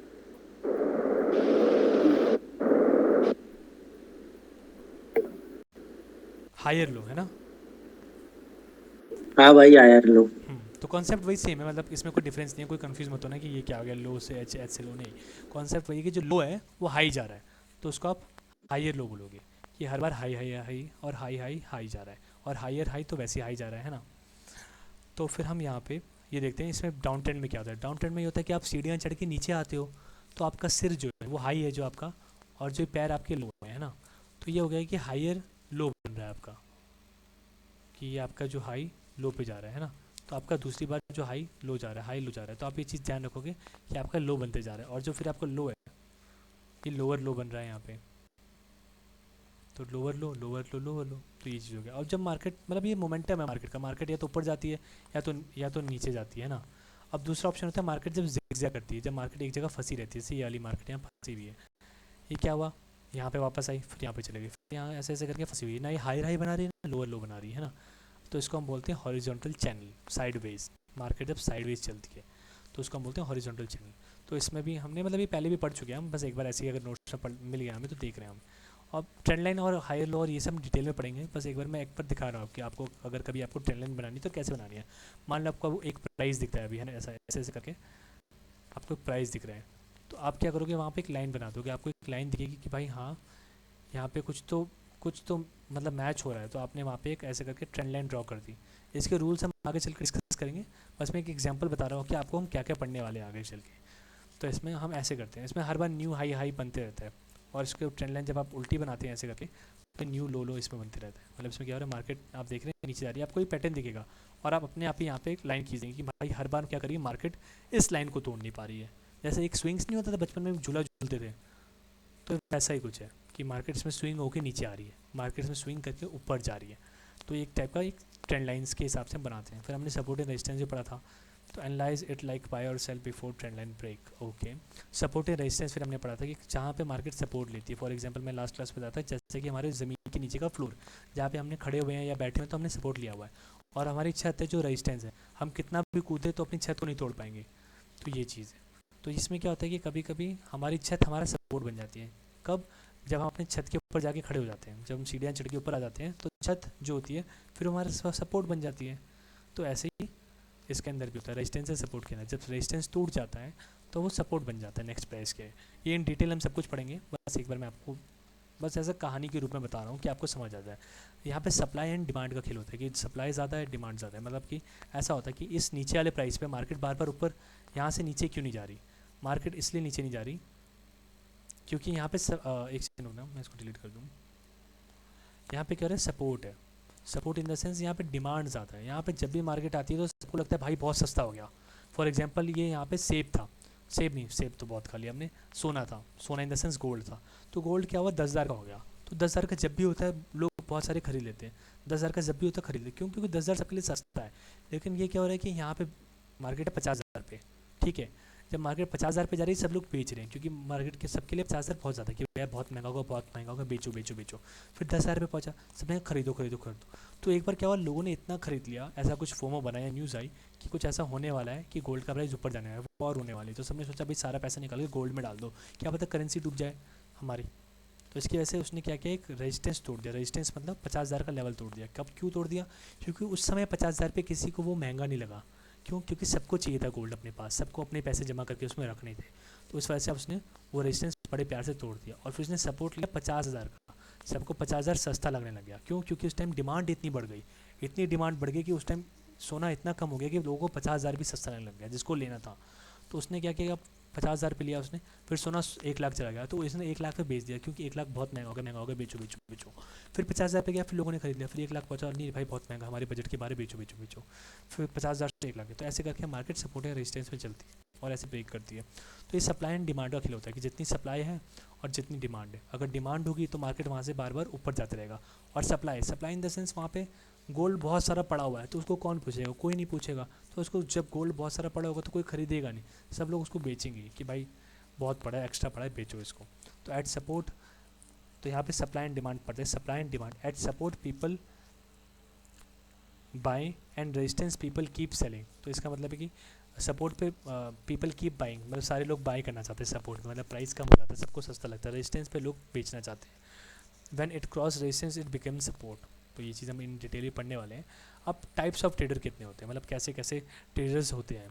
तो एक होता है ट्रेंड ट्रेडर, जो ट्रेंड के हिसाब से ट्रेड करता है कि जो ट्रेंड, मतलब ट्रेंड अगर अप ट्रेंड है ना, तो अप ट्रेंड में वो बाई की ट्रेड्स ले रहा है, सेल की ट्रेड्स नहीं लेगा वो। क्यों? क्योंकि अप ट्रेंड है, उसके रूल के हिसाब से वो ट्रेंड में ट्रेड करता है।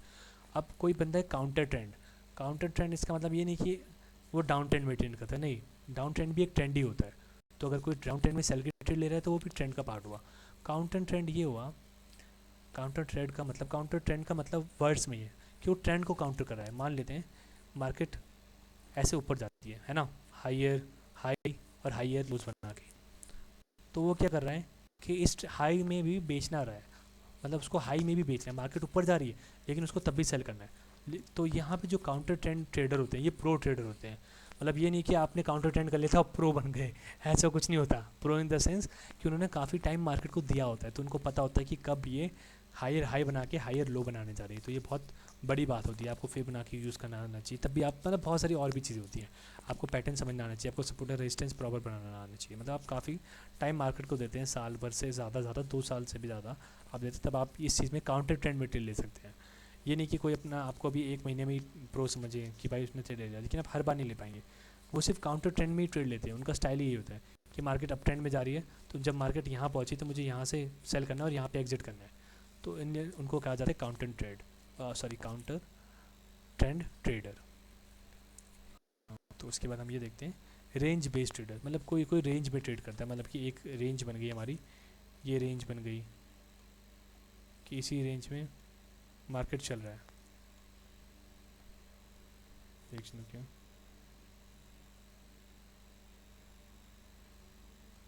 कि फॉर एग्जांपल एक रेंज बनी हुई है ऐसे करके, है ना, इसी रेंज में मार्केट चल रहा है, तो इसी रेंज में वो ट्रेड कर रहा है, तो इसको हम रेंज ट्रेडर बोलते हैं। या फिर मार्केट ने डिलीट,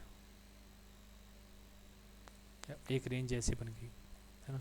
रेंज मतलब जहाँ पे मार्केट फंस जाता हो, कि जैसे कि जब अभी नॉर्मल हमारा प्राइस चलता है ना, जब नॉर्मल कुछ कोई चीज़ महंगी नहीं, कोई चीज़ सस्ती नहीं, तो रोज़ सब्जियां या सेब या फिर कोई भी चीज़ ग्रोसरीज वगैरह वो सेम प्राइस पे मिलती है। कभी कभी फ़र्क आता है, 10 की चीज़ 11 की हो गई, 11 की चीज़ 12 की हो गई, फिर वो 10 की हो गई, तो ऐसे ऐसे करके रेंज में फंस जाता है। तो कोई कोई रेंज के अंदर ट्रेड करते हैं, उसको रेंज ट्रेडर कहते हैं ना। उसके बाद हम इसके बाद ट्रेंड ट्रेडर, काउंटर ट्रेंड और रेंज बेस्ड ट्रेडर, उसके बाद आता है इन्वेस्टर्स। मतलब जो बहुत बड़ी पोजीशंस लेते हैं, जो मंथली वीकली के हिसाब से लेते हैं, कि उनके आज उनने वीकली में एंटर कर दिया और उनको अगले साल कहीं एग्जिट करना है, उनने मंथली में एंटर कर दिया और उनने 5 से 10 साल के लिए ट्रेड चालू कर दी। तो ये बड़े बड़े लोग होते हैं, इन पे पैसा बहुत ज़्यादा होता है। पैसा इन द सेंस इनके पास बिलियंस में पैसा होता है, कि उनके ऊपर थोड़ा भी प्रॉफिट मिल रहा है उनको बहुत है, वो इतनी मेहनत नहीं करना चाहते। और क्या होता है कि जितना आप बड़े टाइम फ्रेम पे जाओगे ना, उतना आपके प्राइस एक्शन सब कुछ अच्छा काम करते हैं, उतनी एक्यूरेसी बढ़ती है। क्योंकि मैनिपुलेशन हो रही है तो छोटे टाइम फ्रेम में होगी। मैनिपुलेशन इन द सेंस कोई चीज़ अगर बदलना चाहता है, किसी के पास इतनी पावर नहीं है कि वो मार्केट को 1 महीने तक मैनिपुलेट कर पाए, इतना पैसा किसी पे नहीं होता, और वो फ्रॉड पकड़ा भी जाएगा अगर कोई मैनिपुलेट करना भी चाहता है। मतलब ज़बरदस्ती ऐसा होता है ना कि लोग प्याज के और इन सब के भाव बढ़ा देते हैं, कैसे, उनको स्टॉक करके, स्टॉक इन द सेंस उनको जमा करके। तो ऐसे आप कोई स्टॉक्स को या कोई करेंसी को इतना जमा नहीं कर सकते, या इतना बेच नहीं सकते, या इतना शॉर्ट नहीं कर सकते कि आप महीना, आपके पास इतने ज़्यादा फंड्स होने चाहिए, आप ट्रिलियनर होने चाहिए कि आप महीना भर चला पाओ। तो कोई भी इतना बड़ा ट्रिलियनर नहीं होगा, अगर होगा भी तो सारे पैसे एक ट्रेड में नहीं लगाएगा। तो इसलिए इन्वेस्टर्स क्या करते हैं, मंथली और वीकली चार्ट देखते हैं, ताकि वो सालों सालों की 5 से 10 साल के बीच में ट्रेड ले पाए। एक ट्रेड जैसे उनकी 5 5 10 10 साल चलती है, तो उसी हिसाब से वो अपने पैसे भी लगाते हैं। मतलब उनका ऐसा लग गया कि गोल्ड आज 2000 का है, तो उन्होंने सोच लिया कि 10 साल बाद ये गोल्ड हो जाएगा 6000 का, तो उनको 10 साल में उनका पैसा ऑलमोस्ट डबल हो गया। तो उनके लिए बहुत बड़ी बात है, उनका पैसा 10 साल में डबल भी हो रहा है। क्यों? क्योंकि उनके बिलियंस ऑफ डॉलर है, उतना उनको कोई कंपनी नहीं दे पाती, और वो सेफ साइड में चल रहे हैं, अपनी ट्रेड पे कॉन्फिडेंस है। अब स्विंग ट्रेडर क्या होता है? स्विंग ट्रेडर फॉर एग्जांपल आपका टाइम फ्रेम के हिसाब से मान के चलें तो 4 आवर से बेसिकली ऊपर ट्रेड वाले फॉरेक्स में स्विंग ट्रेडर होते हैं। मतलब कभी कभी तो 15 मिनट की ट्रेड भी स्विंग चली जाती है। स्विंग इन द सेंस कि आपकी ऑलमोस्ट एक दिन से ज़्यादा चल रही है ट्रेड, तो एक दिन से ज़्यादा हफ्ते भर चल रही है आपकी ट्रेड। मतलब ट्रेड वो हफ्ते में ख़त्म हो रही है, बहुत आपने बड़ी पोजीशन ले रखी है, मान लीजिए 200 300 पिप की, तो वो हफ्ते हफ्ते भर में कंप्लीट हो रही है, तो उसको हम स्विंग कहते हैं। वो एक दिन में ख़त्म नहीं हो रही है, तो उसको हम स्विंग कंसिडर करेंगे कि वो इंट्राडे नहीं है। इंट्राडे मतलब कि एक दिन के अंदर आपकी जितनी भी ट्रेडिंग खत्म हो रही है, चाहे आप स्कैल्पिंग कर रहे हो, चाहे 15 मिनट में ले रहे हो, चाहे 1 घंटे 4 घंटे की ट्रेड अगर आपकी एक दिन में खत्म हो रही है, तो हम उसको इंट्राडे कंसिडर करेंगे। जनरली डेज़ वाले चार्ट पे या फिर 4 आवर के चार्ट पे लोग करते हैं, तो उसको हम स्विंग ट्रेडर कहते हैं। हम इसलिए पढ़ रहे हैं कि हमें आइडिया हो कि मार्केट में कि इसको क्या बोलते हैं। ये नहीं कि आपसे कोई बोल दे कि भैया आप स्विंग हो, इंट्राडे हो, तो आप बोले क्या, तो आपके मुंह से क्या नहीं निकलना चाहिए क्योंकि वहीं पे आपका पूरा कचरा हो जाएगा, तो आपका सारा कॉन्फिडेंस वहीं पानी पानी हो जाएगा, और आपकी सारी ट्रेड जो प्रॉफिट आप शेयर करने वाले थे वो वहीं के वहीं धरा का धरा रह जाएगा। तो आपको ये बस ऐसा आपको जानना है। और फिर यहाँ पे देखिए कुछ ट्रेड होते हैं फंडामेंटल ट्रेडर, जो न्यूज़ के हिसाब से, गवर्नमेंट पॉलिसीज़ के हिसाब से, बैंक की पॉलिसीज़ के हिसाब से ट्रेड करते हैं, रूल्स और इन सब के हिसाब से। और कुछ होते हैं टेक्निकल, जो प्राइस एक्शन जो हम कर रहे हैं अभी। हम धीरे धीरे फंडामेंटल भी बनाएंगे, क्योंकि मैंने काफ़ी फंडामेंटल पे भी करा है और सीख रहा हूँ अभी भी चीज़ें। तो फंडामेंटल हम धीरे धीरे करेंगे, जिसका इंटरेस्ट आएगा उसके लिए। बाकी हम टेक्निकल करेंगे। मेन टेक्निकल में फंडामेंटल की ज़रूरत नहीं पड़ेगी, आपने टेक्निकल बहुत अच्छा कर दिया। क्यों? क्योंकि चार्ट कुछ ना कुछ बता देगा। अगर मार्केट में ये होता है ना, फॉर एग्जांपल न्यूज़ आने वाली है, कोई पॉलिसी निकलने वाली है, तो आपको पता है वो इंसान बना रहे हैं, कोई ऐसा कुछ रोबोट तो है नहीं हो कि वो सीक्रेट शेयर नहीं करेगा। तो अगर किसी इंसान ने बनाया है, उसको पता है कि भाई कि मैंने सोने की ऐसी पॉलिसी निकाल रहा हूँ कि गोल्ड के ऊपर मैं टैक्स बढ़ा रहा हूँ। अब गोल्ड के ऊपर टैक्स बढ़ेगा तो लोग कम खरीदेंगे, तो गोल्ड का चार्ट नीचे जाएगा। उसको बात पता थी, है ना। तो उसने क्या किया, मार्केट को ऊपर ले गया वो, है ना। और जब ऊपर ले गया ना, तो ऊपर ले जाता है, और जब डाउन ट्रेंड बनने वाला होता है तो क्या होता है, हायर हाई, जो हायर हाई फॉर्म हो रहा है ना, ये ब्रेक हो जाता है। जब ये हायर हाई ब्रेक हो जाता है तो ये वापस हायर हाई नहीं बना पाता अपना, फिर ये वापस ट्राई करता है, हायर हाई नहीं बना, तो या तो हायर हाई से ये बना देता है, जो कि आपका हेड एंड शोल्डर बन जाएगा। तो आपको पता चल जाएगा कि हाँ मार्केट यहाँ से शॉर्ट होने वाली है, तो आपको पैटर्न ने पहले ही बता दिया। या फिर ऐसा होगा कि आपका ये हायर हाई बना, है ना, हायर हाई बना, और फिर यहाँ पे इक्वल हाइज बन गए, और थोड़ा सा ऊपर गया, लेकिन वो सस्टेन नहीं कर पाया, उसने आपका लोअर लो, जो सॉरी ये लोअर हाई था, ये तोड़ दिया, तो यहाँ पे डबल टॉप बन गया। तो आपने उसके हिसाब से, तो आपको पैटर्न बता देगा। मतलब ये पैटर्न्स किसी को नहीं समझ आए, हायर हाई और लोअर लो, या double top, head and shoulder क्या होते हैं, हम धीरे धीरे पढ़ेंगे। एक पैटर्न होता है, pattern in the sense market अपनी भाषा में आपसे बात करता है, और वो कहता है कि बेटा समझ जा, मार्केट ऊपर जा तो रही है, लेकिन ऊपर टिकने नहीं वाली, ये जाएगी नीचे, देख मैं तेरे को लैंग्वेज अपनी बात में बता दिया, तो तेरे को अगर ये लैंग्वेज समझ ली, तूने लैंग्वेज पढ़ ली, जैसे एक तरीके की साइन लैंग्वेज हो गई, तो वही आप मार्केट से बात करने लगते हैं तो आपको बता देती है सब कुछ पहले ही, न्यूज़ के पहले। तो एक फंडामेंटल ट्रेडर हुआ, एक टेक्निकल, और एक कुछ कुछ होते हैं कंबाइंड, जो इन दोनों को कंबाइंड भी लेके चलते हैं। कुछ कुछ ऐसे भी होते हैं जो बोलेंगे सेंटीमेंटल ट्रेडर, ऐसे तो ऐसा कुछ नहीं होता। सेंटीमेंटल एक एनालिसिस होता है कि मार्केट का सेंटीमेंट क्या चल रहा है, मार्केट फियर में है या फिर मार्केट ग्रीड में है, तो वो चीज़ अलग होगी। अब बिगनर क्या होता है, बिगनर को क्या करना चाहिए, trend following, trend trades go with the trend, मतलब बिगनर को हमेशा ये करना चाहिए कि ट्रेंड के साथ चलना चाहिए। अब देखिए ट्रेंड अपर ट्रेंड है, सबको अपर ट्रेंड दिख रहा है अच्छे से। हेलो, हाँ भाई दिख रहा है। कोई सोच नहीं है। हायर हायर हाई बना रहे, दिख रहा है, अब ट्रेंड है। ठीक है, अप ट्रेंड है। किसी को अप ट्रेंड नहीं लग रहा तो बताओ। दिख रहा है, अब ट्रेंड है। अप ट्रेंड है, सब एग्री करें। कोई ऐसा हो तो शर्माओ मत जिसको नहीं लग रहा है कि डाउन ट्रेंड है। क्यों, किसी भी पॉइंट ऑफ टाइम पे हम सब गलत हो सकते हैं, आप सही हो सकते हो। तो आप अपने ऊपर भरोसा करो। क्यों, क्योंकि ये ट्रेडिंग में बहुत हेल्प करेगा आपकी, आपका भरोसा। ये कोई ट्रेड ऐसी होगी जिस पे सिर्फ आपको भरोसा होगा, किसी को भरोसा नहीं होगा, और वो ट्रेड सही कर जाएगी। और आपने सबके पीयर प्रेशर में आके या कुछ के प्रेशर में आके आपने वो ट्रेड नहीं ली, तो किसी को भी ये हैबिट बनाओ अपनी ना, कि अगर किसी को नहीं समझता या एग्री नहीं करा, मना कर दो कि नहीं भाई मेरे को एग्री नहीं करना। क्योंकि भाई यहाँ पे हम सब लोग मीटिंग कर रहे हैं, कोई क्लास नहीं है। यहाँ मैंने कुछ पढ़ा है तो मैं पढ़ा रहा हूँ, कल आप पढ़ के आओगे तो आप पढ़ाओगे। तो बस ये फ़र्क है। अभी आप सबको टाइम नहीं मिल पा रहा, आप नहीं निकाल पा रहे हो, मैं निकाल ले रहा हूँ, तो मैंने पढ़ लिया। बस ये फ़र्क है। तो किसी को भी कुछ भी आता है तो बता दो, कोई इसमें शर्माना नहीं, क्योंकि फिर आपकी हैबिट बन जाएगी चुप रहने की, तो आपको अपनी ट्रेड्स भी दिखेगी ना, तो आप ट्रेड ले नहीं पाओगे, क्योंकि आपको हैबिट पड़ गई है। हम जैसे हकीकत में होते हैं वैसे हमारा ट्रेडिंग साइकोलॉजी भी होती है, तो आपको ये चीज़ ध्यान रखनी है। तो यहाँ पे आप देखो, यहाँ पे हायर हाई बना, तो हम बिगिनर्स हैं, तो हमें क्या करना है, हम बिगनर्स हैं तो हमें यहाँ पे सेल नहीं करना, हमें वेट करना है एक नीचे आने का, कि थोड़ा सा रिट्रेसमेंट करे तो हम एक बाई की पोजीशन ले लें यहाँ से। ठीक है, बाई की पोजीशन ऐसे आँख बंद करके नहीं लेंगे, हमें यहाँ कुछ ना कुछ पैटर्न दिखेगा। मान लो यहाँ पिन बार दिख गई हमें, है ना, पिन बार से हमने एंट्री ले ली। यहाँ पे मान लो एक सपोर्ट बन रहा था, सपोर्ट के ऊपर एक पिन बार बनी, हमने एंट्री ले ली, तो हमें एंट्री वाला एक एरिया मिल गया, एंट्री का एरिया, तब हमने लिया, वरना एंट्री एरिया नहीं मिला तो हमने नहीं लिया। लेकिन हम लेंगे तो बाई की एंट्री लेंगे, अब क्योंकि अप ट्रेंड चल रहा है तो बाई की एंट्री लेना बनता है एज अ बिगनर। ये रूल है एज अ बिगनर, ये समझो आपको, क्योंकि आपको लॉस कम से कम कराना है ना। अब लेकिन जो काउंटर ट्रेडर है, जो एक्सपर्ट ट्रेडर है ना, जो आप बन जाओगे आने वाले कुछ टाइम में, जैसी आपकी लगन होगी उसके हिसाब से आप बन जाओगे। तो आप क्या करोगे, मार्केट ऊपर गई ना, तो जब मार्केट टॉप पे है तो आपको थोड़ा सा आइडिया हो जाएगा कि मार्केट यहाँ पे अगर कोई पैटर्न बना रही है, यहाँ पे उसने मान लो एक कुछ पैटर्न का नाम मान लो इवनिंग स्टार, शूटिंग स्टार ऐसे करके होता है, या हैंगिंग मैन, उसने यहाँ पे कोई पैटर्न बना दिया, आगे चल के हम पढ़ेंगे, है ना। तो उसके बदल के मार्केट यहाँ से नीचे आनी है, वो प्रो बन रहा है तो उसने यहाँ तक सेल कर दिया, उसने काउंटर ट्रेंड में ट्रेड कर दी। उसको पता है किसी भी पल मार्केट बाय में जा सकती है, लेकिन वो इतना प्रो हो गया, उसने इतने बाय ट्रेंड देख लिए, इतने बाय ट्रेंड देखे हैं कि वो बिल्कुल प्रो है कि भाई बाय ट्रेंड में सेल कैसे करते हैं उसको पता है, वो प्रो हो गया। तो प्रो बंदा यहाँ पे सेल करेगा, तो आपको प्रो बनने के चक्कर में सेल नहीं करना। क्यों, क्योंकि वो आपके अंदर से आ जाएगा, आपको अंदर से यहाँ पे पैटर्न्स दिखने शुरू हो जाएंगे, तब आप अपने आप कर लेना। वो ऐसा नहीं कि एक दिन में प्रो से आप नूब से प्रो हो जाओगे, नहीं, आप ज़ीरो से हीरो होगे, लेकिन धीरे धीरे इन द फ्लो।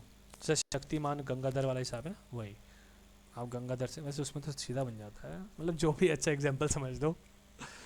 अब डे ट्रेडर और स्विंग ट्रेडर में फ़र्क देखते हैं हम, है ना। डे ट्रेडर में क्या होता है कि ये इंट्राडे में होता है इसकी ट्रेड, कि एक दिन के अंदर वो बाय करेगा और सेल कर देगा, और ये डेज़ एंड वीक तक चलती है इसकी स्विंग ट्रेड में, बाय करा और कुछ हफ्ते बाद वो सेल कर रहा है ना।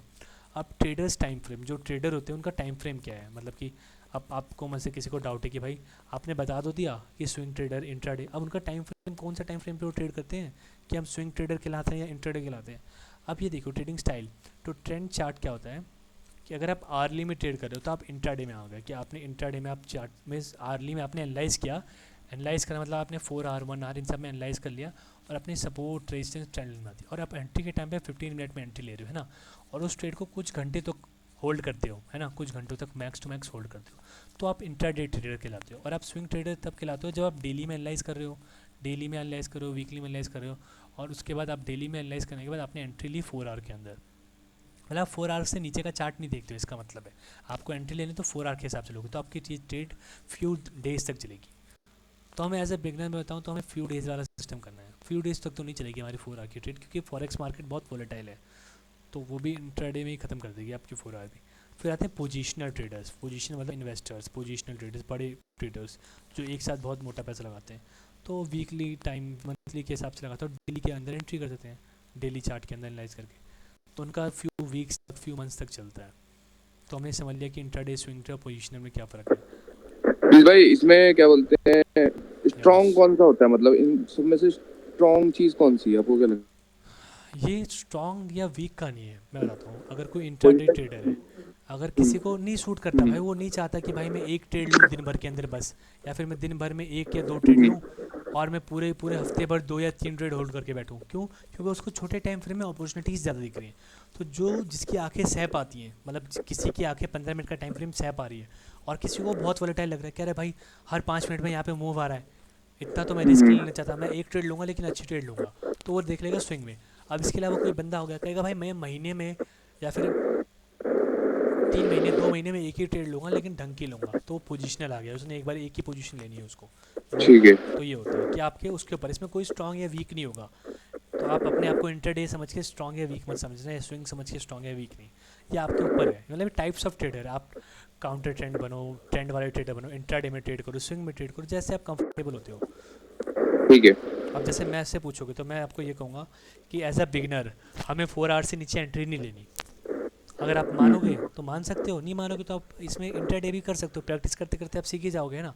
लेकिन एज अ बिगनर हमें क्या करना होता है ना, बहुत सारी चीज़ें देखनी होती है। हमें सपोर्ट रेजिस्टेंस भी बनाना है, हमें ट्रेंड लाइन भी बनानी है, हमें हायर हाई भी देखना है, हायर लो भी देखना है, लो लो हायर, मतलब इतनी सारी चीज़ें पे ध्यान करना। मुश्किल नहीं है कुछ भी, सब सिंपल ही है, लेकिन हमें गौर करना है, हमें पढ़ना है। तो हम चाहते हैं कि हम 4 आवर में करें, 4 आवर में 4 घंटे में एक बार मूव आएगा, तो 4 घंटे में एक बार हमने अपने 10 या 20 चार्ट एक नज़र मार ली, आधे घंटे में पूरे चार्ट लपेट लिए, कोई मूव आ रहा है तो आराम से हमें टाइम मिल जाएगा एंट्री करने का।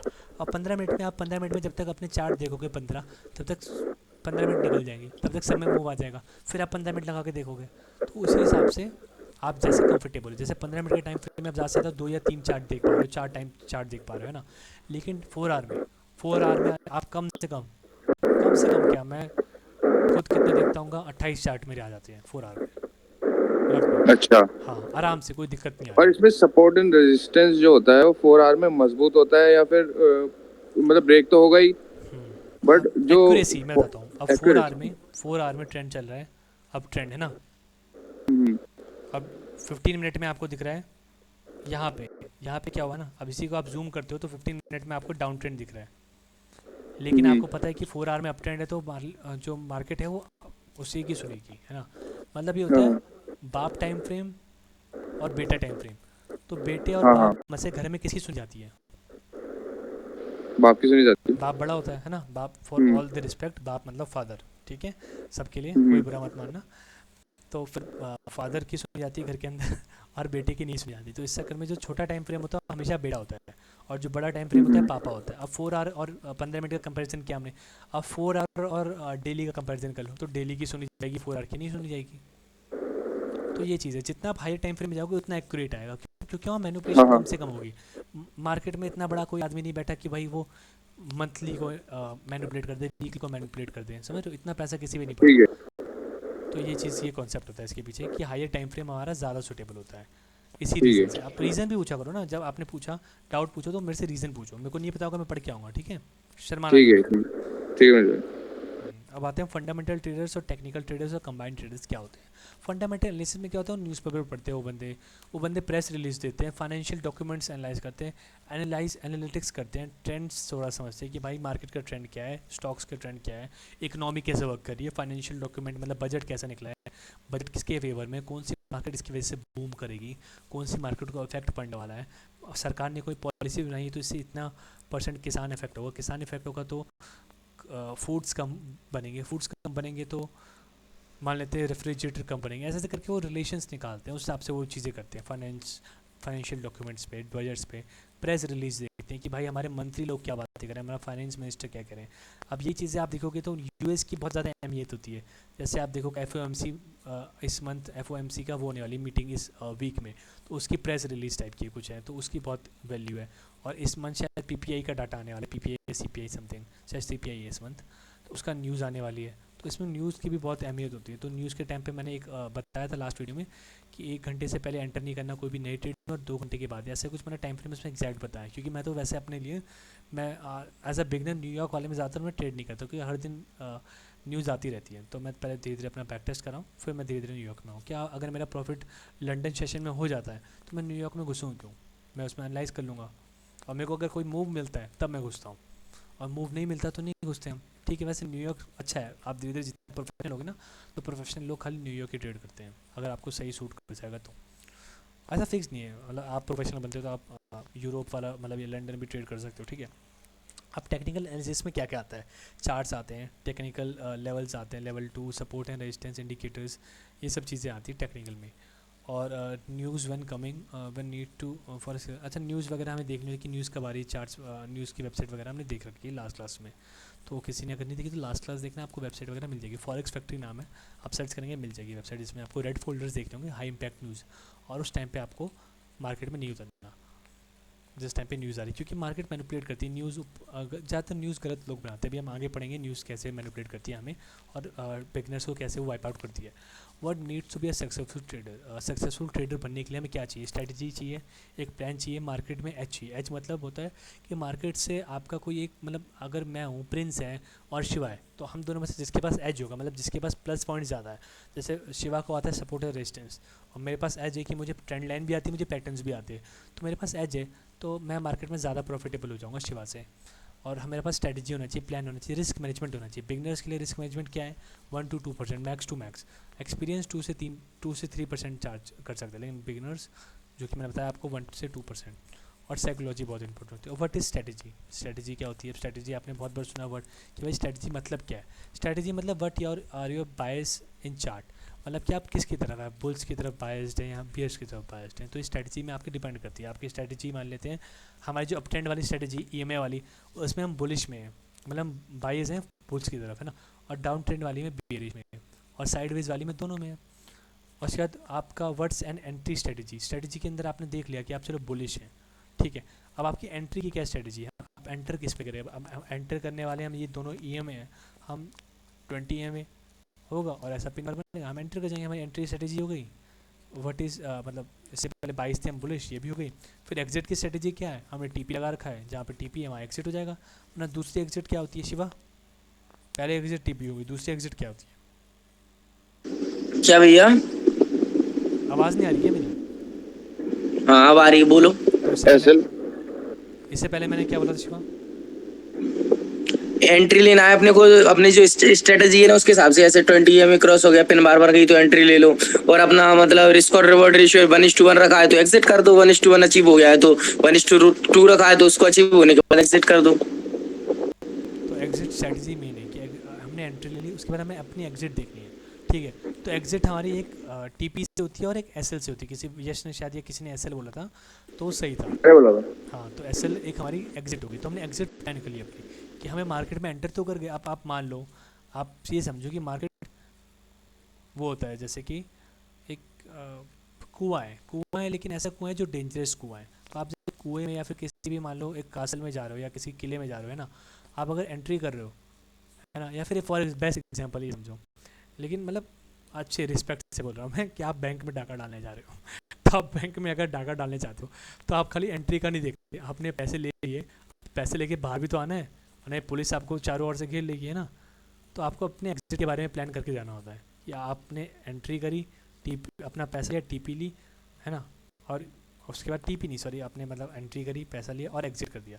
तो एग्जिट प्लान हमारा बहुत ज़रूरी होता है। तो इसलिए हमने एंट्री का प्लान बना लिया कि एंट्री करेंगे हम पिन बार पे या वो 20 में टच करेंगे, एग्जिट हमारा हो गया टीपी पे या फिर एसएल पे, हमारा एग्जिट पॉइंट हो गया। और what is my stop loss, आपने अपना स्टॉप लॉस सेट कर दिया, अपना जो आपने स्टॉप लॉस सेट किया प्रॉपर अपना रिस्क मैनेजमेंट के साथ कि हमारा भाई पिन बार के नीचे। मैं एग्जांपल दे रहा हूँ अपनी स्ट्रेटजी के हिसाब से है ना, कि जो हमने देखी हमारी स्ट्रेटजी जो है। और what is my risk level on a trade, मतलब कि 1:2 या फिर कितना मेरा रिस्क का लेवल है। तो अभी एज अ बिगनर हमारा 1:1 होगा, और 1:1 तब तक होगा जब तक हमारी एक्यूरेसी अच्छी ना हो जाए, और हमें 1:1 पे नहीं टिकना है। पहले मैं बता दूँ हमारे जो रेशियो होने वाले हैं एंड ऑफ द क्लास 1:3 से 1:5 के बीच में ही होगा। अगर कोई अच्छा हो जाएगा बहुत ज़्यादा तो उसका इतना मतलब 1:5-4 के बीच में रहेगा, मतलब बहुत अच्छा है 1:3-4-5, बहुत आपको प्यार हो जाएगा ट्रेडिंग से अगर इतना में आपको मिलने लग गया तो पैसा। What is my stop loss, what is my risk level on trade, ये हमने देख लिया। व्हाट इज़ माय क्वांटिटी, आप जो लॉट साइज़ आप चूज़ करने वाले हो वो हो गया। तो स्ट्रेटजी आप समझ गए कि स्ट्रेटजी में क्या क्या चीज़ें ज़रूरी होती है, एक सक्सेसफुल स्ट्रेटजी कैसे बनती है। तो हमारी सक्सेसफुल स्ट्रेटजी है क्योंकि हम उसमें बुलिश या बेरिश के एक साइड होते हैं, दोनों साइड तो होते नहीं हम है ना।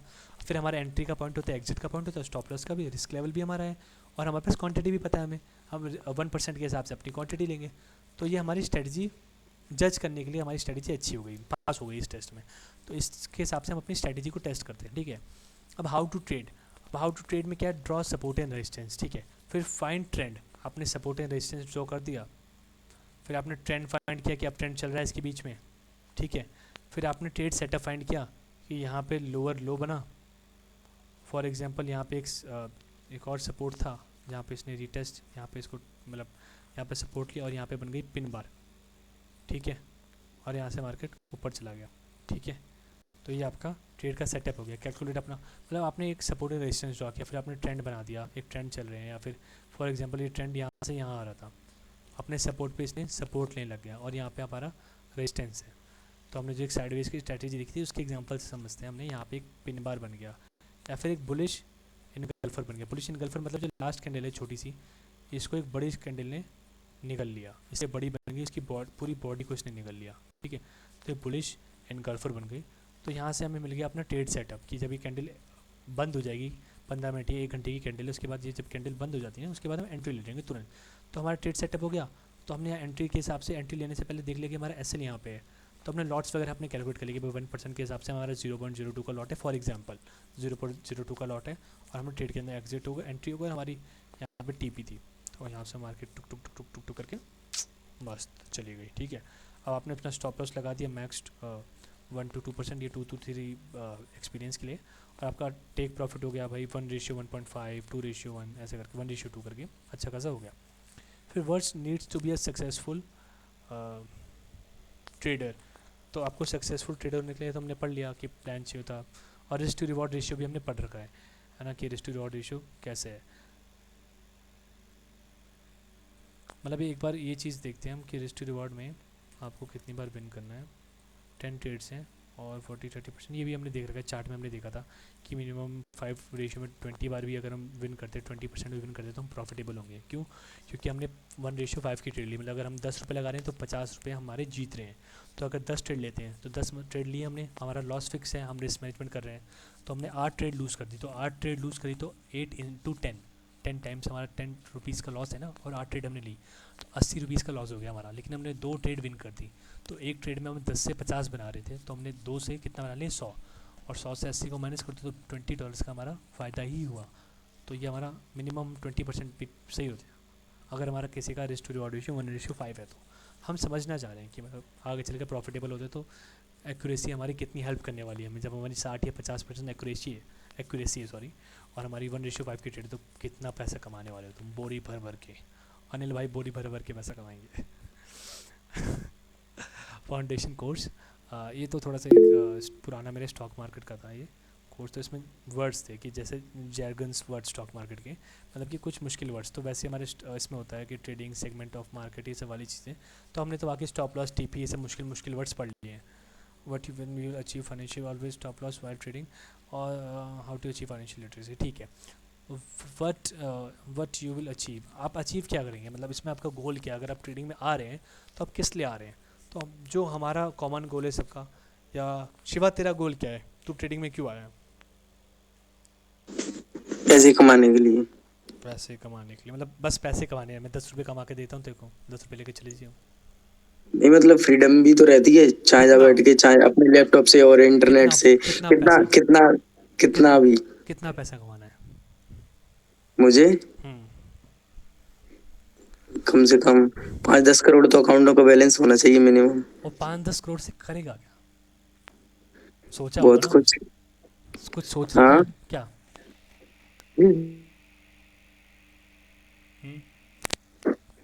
सोचा है तब भी इतना टाइम लग रहा है बताने में। सोचा है ना भाई, बहुत कुछ सोचा है। अच्छा उल्टा सीधा सोचा होगा तभी बताया नहीं यार, चल कोई नहीं। यश भाई तुमने क्या प्रिंस भाई, ट्रेडिंग क्यों करनी है आपको? प्रिंस भाई देखो, मुझे तो कैपिटल बनानी है इससे ना, कैपिटल इंक्रीज करना सीखना है। मतलब नहीं, दिन के लाखों कमाने और महीने के करोड़ों, और उसको इन्वेस्ट करना है अलग अलग जगह, अलग अलग बिजनेस में, जैसे रियल एस्टेट के बिजनेस में, और अलग अलग जगह ना। मतलब ऐसा बोलना है एट द एंड कि जहाँ तक वो ज़मीन दिख रही है वो मेरी है, ऐसा चाहते हैं ना। हाँ। और कोई भाई बताना चाहता हो, किसी का कुछ इंटरेस्टिंग है? इंटरेस्टिंग नहीं है तभी बता दो। भाई देखो मेरे को, मैं एक ये पर्सपेक्टिव है। हम्म, अब it's a new age thing यार। हम्म, आज की डेट में आप देखो, हमारे शायद इस बारे में पहले भी डिस्कशन हो चुका है हम्म, कि स्लोली एंड ग्रेजुअली ना जॉब थोड़ी कॉम्प्लिकेटेड होती जाती हम्म, है। ठीक है। हम्म, पहले अगर आप जॉब मार्केट देखोगे और या कहीं भी देखोगे, धीरे धीरे मशीनरीज ह्यूमंस की जगह ले रही हैं। और ठीक रिस्पेक्ट भी है। कम होती जा रही है। एग्जैक्टली।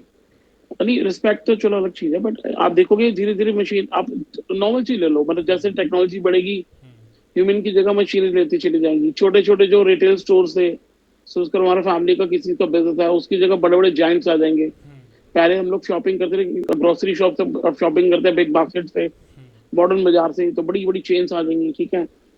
तो बीइंग ना, आपका वहाँ पे रोल क्या रहेगा? और वहाँ पे भी देखो, वहाँ पे ह्यूमंस ही खड़े होंगे, वहाँ पे भी एआई मशीनरी खड़ी होंगी। अभी चाइना ने नई एआई ह्यूमन डॉल एक पूरी वो करी है, जो पूरे आपके हाउस होल्ड का काम कर सकती है, हम्म, ऑफिस का काम कर सकती है, सबकी जॉब चली जाएंगी। ठीक है। हम्म, तो आप पैसा कैसे कमाओगे? 10 साल बाद का क्या सीन होगा? आप पैसे कैसे कमाओगे? आप पैसा कमा के आप पैसा कमाओगे वो न्यू एज टेक्नोलॉजी में इन्वेस्ट करके। उस न्यू एज टेक्नोलॉजी, आपको इन्वेस्टमेंट सीखनी पड़ेगी, आपको ये चीजें सीखनी पड़ेंगी। ब्लॉकचेन सीखना पड़ेगा आपको, टेक्नोलॉजी पकड़नी पड़ेगी, ट्रेडिंग सीखनी पड़ेगी आपको। कि कोविड जैसे टाइम आया था, अथवा पैसे कमा सकते थे, इसी तरह से कमा सकते थे। और एक इन्वेस्टिंग अलग चीज होती है, और आप ट्रेडिंग एक ऐसा पैटर्न से कॉन्स्टेंटली पैसे कमा सकते हो आप। तो आई थिंक इससे फ्यूचर हर किसी को अडेप्ट करना पड़ेगा ये। आप अगर एक मोटा मोटा पर्सपेक्टिव लो, यूएस की 50% पॉपुलेशन आज की डेट में स्टॉक मार्केट में है, तो उनकी इकोनॉमी देखो कहाँ पहुंची हुई है। इंडिया की अभी हम लोग सिर्फ 4 to 5% लोग हैं, 5 to 6% इन्वेस्टर और ट्रेडर हैं जो मार्केट में अभी हैं। हम अगले 10 साल में अगर 15 से 20% का भी अगर आंकड़ा टारगेट करते हैं, तो हम लोग कहाँ पहुंच जाएंगे इसका आइडिया भी नहीं है। अभी हम लोग चाइना, वैसे हम वर्ल्ड पावर बनने की कोशिश कर रहे हैं, पर चाइना से अभी भी हम पर कैपिटा इनकम से कम 20 साल पीछे हैं। कम से कम 20 साल पीछे हैं। ठीक है। तो ये चीजें हैं जो हमें आपकी आवाज़ ब्रेक हो गई सर। एक भाई ने, हाँ, जो अभी अभी एक भाई ने बोला कि वो यहाँ से पैसे कमा के अलग अलग जगह पे इन्वेस्ट करना चाहता है। तो ये पोर्टफोलियो मैनेजमेंट, पोर्टफोलियो हैजिंग, ये फ्यूचर है, ये सीखना पड़ेगा आपको। तो चलो, और कोई भाई जिसका कुछ दिलचस्प हो, कैसा कुछ अजीब हो गरीब हो? मयंक ट्राई करेगा? मयंक है? मयंक नेगी, मिस्टर नेगी। फिलैंथ्रोपिस्ट बनना है भैया। ये राघव बोल रहा है क्या? हाँ हाँ, अच्छा अच्छा अच्छा, क्या बनना है फिर से बताइए। फिलैंथ्रोपिस्ट। ये क्या होता है? ये तो आयरन मैन था।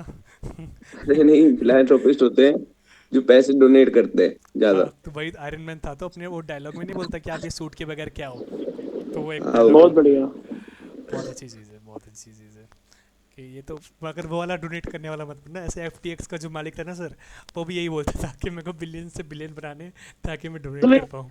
सबसे बड़ा उसने मतलब मेरे ख्याल से सबसे पहले उसने इसी लाइसेंस स्टार्ट किया था उसने, कि मैं इस डोनेट करना चाहता हूँ मैं। हाँ, और वो एक था नहीं जो एक बहुत फेमस शॉर्ट्स वाला बंदा है, उसने उसको फेमस किया था।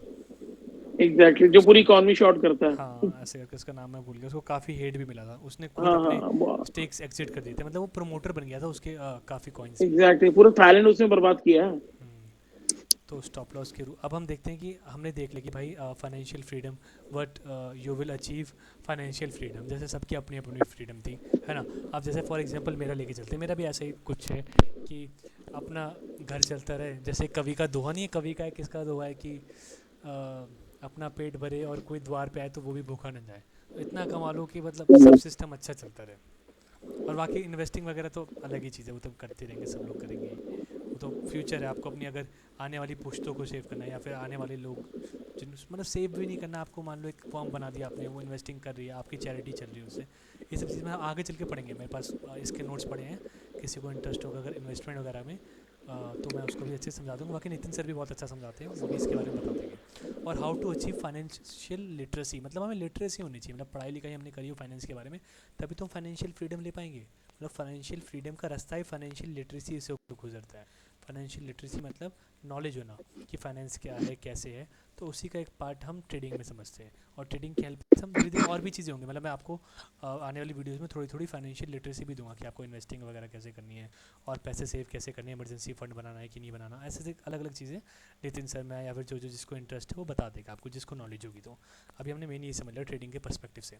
अब हम ये समझते हैं, अभी हम एक बार रीड करें उसके बाद हम आगे चलते हैं। Stop loss, rules for stop loss, always use stop loss while trading to protect yourself and never forget rule number 1। तो रूल नंबर 1 क्या था कि always use stop loss while trading to protect yourself. तो राघव भाई आप समझ रहे हैं कि स्टॉप लॉस अपने आप को प्रोटेक्ट करने के लिए है, ट्रेड को प्रोटेक्ट करने के लिए नहीं है। क्योंकि अगर हम ही मार्केट में नहीं रहेंगे तो पैसा ही नहीं है हमारे पास, पैसा ख़त्म तो हम मार्केट से बाहर, मार्केट से बाहर ख़त्म मतलब कि हमारा ट्यूशन ख़त्म। अगर ट्यूशन में बैठोगे ही नहीं तो टीचिंग कहाँ से मिलेगी, मार्केट में बैठोगे नहीं तो ट्रेड नहीं ले पाओगे, सीख नहीं पाओगे। और खाली चार्ट देख के बंदा सीख जाता तो फिर कोई ट्रेडिंग अकाउंट खोलता ही क्यों, मतलब सब प्रेडिक्टर नहीं बन जाते। मतलब एक तरीका होता है कि आपको मार्केट में टिकना ज़रूरी है। पहले होता नहीं कि बुरे बिस्तर पैक करो और निकलो, तो मार्केट से ऐसा नहीं बुलवाना हमें, हमें वहीं टिकना है। स्टॉप लॉस इज मस्ट और compulsory because it will protect you from getting extra loss. ये भी ज़रूरी है कि एक्स्ट्रा लॉस से आपको, जिस लॉस के लिए आप प्रिपेयर्ड ही नहीं हो, आपने जो कैलकुलेट ही नहीं कर रखा 1% से ऊपर का लॉस, आपको जब वो मिल जाएगा तो आपकी प्लस माइनस बुक में वो एक्स्ट्रा लॉस आ जाएगा, जिसको कवर करने के लिए आप रिवेंज ट्रेडिंग करोगे कि भाई ये तो कैलकुलेटेड ही नहीं था यार, टारगेट $100 का था, 99 पहुंच गया था, आज मैंने 90 का लॉस करा दिया यार, क्या हो गया, बड़ा लॉट खोल के एक बार ही मारता हूँ, आरिया पार हो जाता हूँ। तो ऐसे थॉट्स आपके मन में आएंगे। तो इससे बचने के लिए, जिसको आप अवॉइड भी नहीं कर पाओगे, मैं बता रहा हूँ ये चीज़ें स्टार्टिंग में अवॉइड नहीं कर पाती, स्टार्टिंग में हमसे ज़्यादा स्ट्रॉन्ग होती है, हम धीरे धीरे करके स्ट्रॉन्ग होते हैं, हम धीरे धीरे करके रेजिस्ट करते हैं, धीरे धीरे करके हम उनको दूर कर पाते। तो इसलिए आपको मैं बेस्ट कहूँगा कि आप ये रूल बना लो, स्टॉप लॉस के बिना ट्रेड ही नहीं लेनी, ताकि आप इस चीज़ को लॉस कराना है क्यों मेरे भाई, जब मैंने वो गलती करी किसी और ने गलती करी, अब हम आपको बता रहे तो आप वो गलती रिपीट मत करो, क्योंकि आप अपनी गलतियों से सीखोगे ना, खाली अपनी गलतियों से सीखोगे, एक भी गलती रिपीट नहीं करोगे, तब भी आपको एक जीवन कम पड़ेगा। ये मैंने नहीं कहा, चाणक्य जी ने कहा था कि आपको दूसरे की गलती से भी सीखना चाहिए, वरना आपके लिए एक जीवन भी कम है अगर खाली आप अपनी गलती से सीखो। मैं काफ़ी बार कहता हूँ गलतियाँ रिपीट मत करो अपनी भी, लेकिन अपनी से भी सीखोगे तो कम सीखोगे, दूसरों से भी सीखो। अब मैं बता रहा हूँ तो मैंने आपको रीज़न भी दिया कि स्टॉप लॉस क्यों नहीं लगाना। अब कोई भाई एग्री करता है मतलब कि स्टॉप लॉस नहीं लगाना चाहिए तो बात कर सकता है मेरे से, मतलब नॉर्मली अगर किसी को कुछ पूछना है कि भाई मेरे हिसाब से स्टॉप लॉस नहीं लगाना चाहिए तो वो अपनी बात रख सकता है, कोई भाई है ऐसा?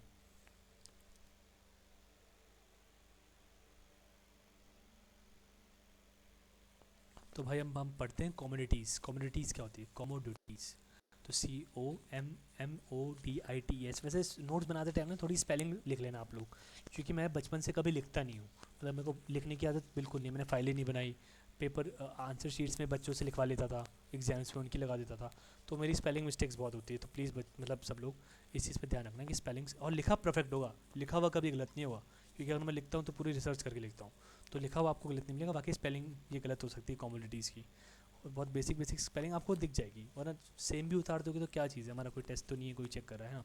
तो कमोडिटीज़ क्या होती है?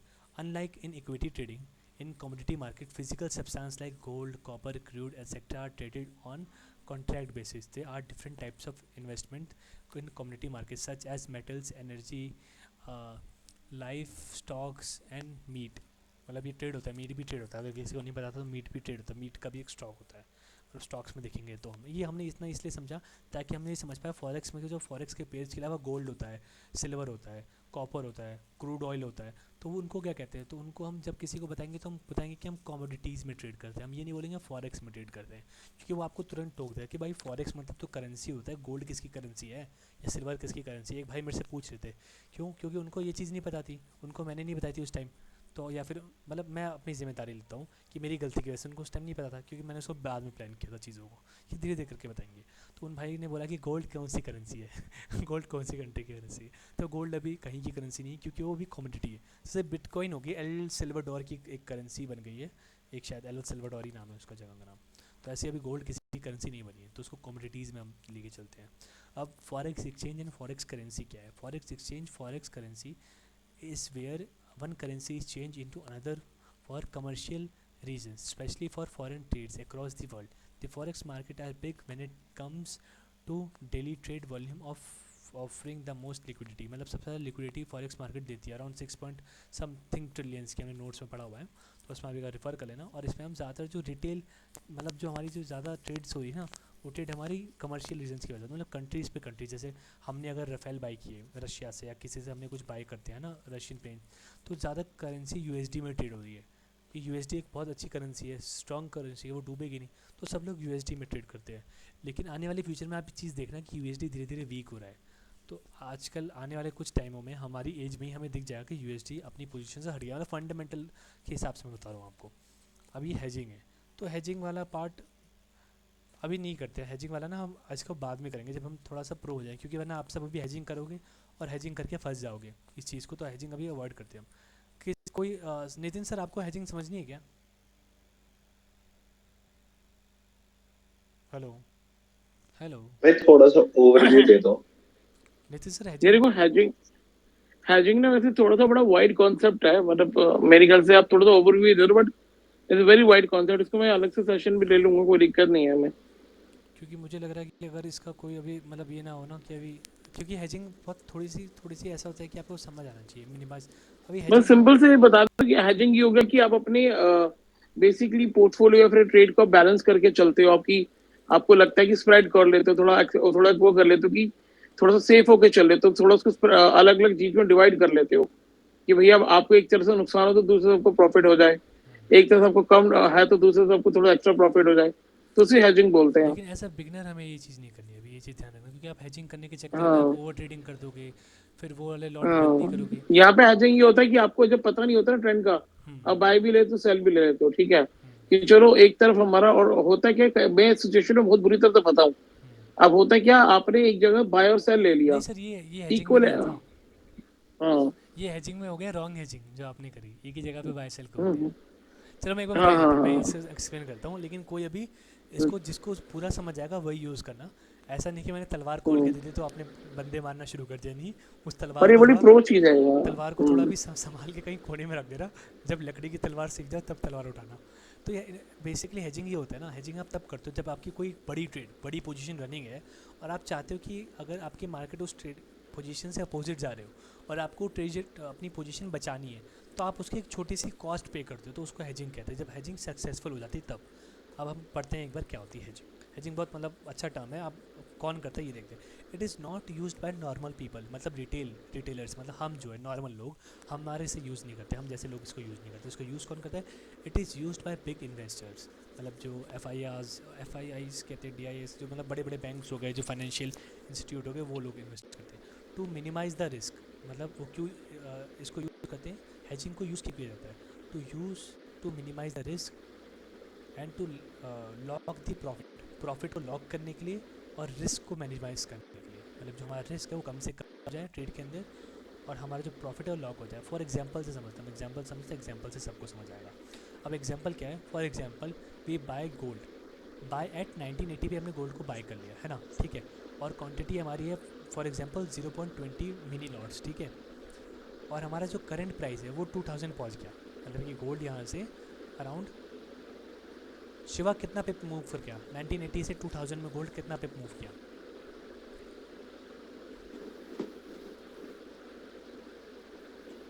बता भाई शिवा, बहुत आसान है, इतना टाइम नहीं लगना चाहिए। 100 पिप के करीब मूव कर गया। अरे भाई कैसे कैसे कैसे कैसे कैसे भाई कैसे कर लेते हैं अभी? 30 पिप 30 पिप? गोल्ड में 10 पिप कब होता है? क्या?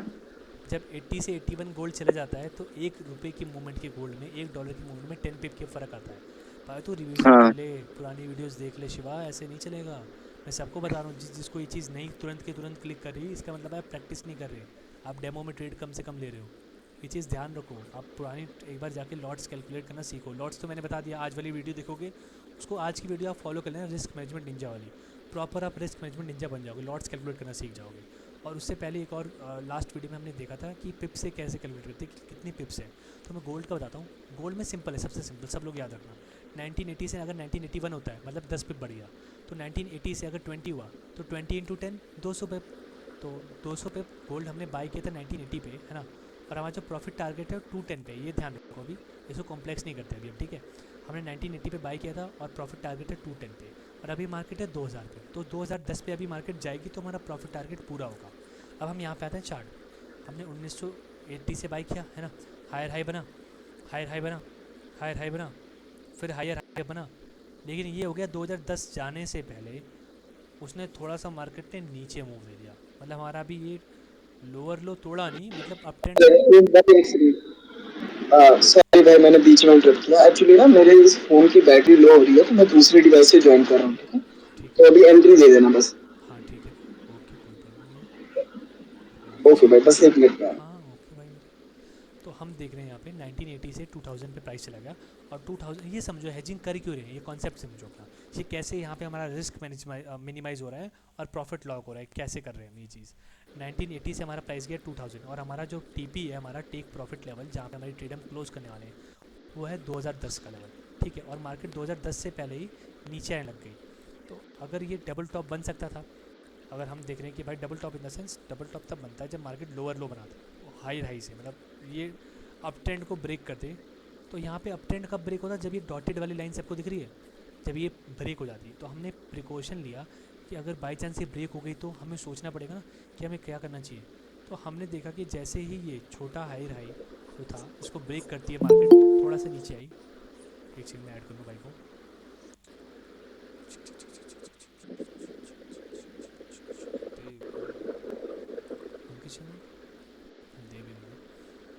आगे देव भाई, शिवा तूने हाथ उठा रखा है, कोई डाउट है तेरे को? नहीं नहीं। एक सेकंड, मेरा माइंड पे क्यों नहीं आ रहा? अच्छा अच्छा,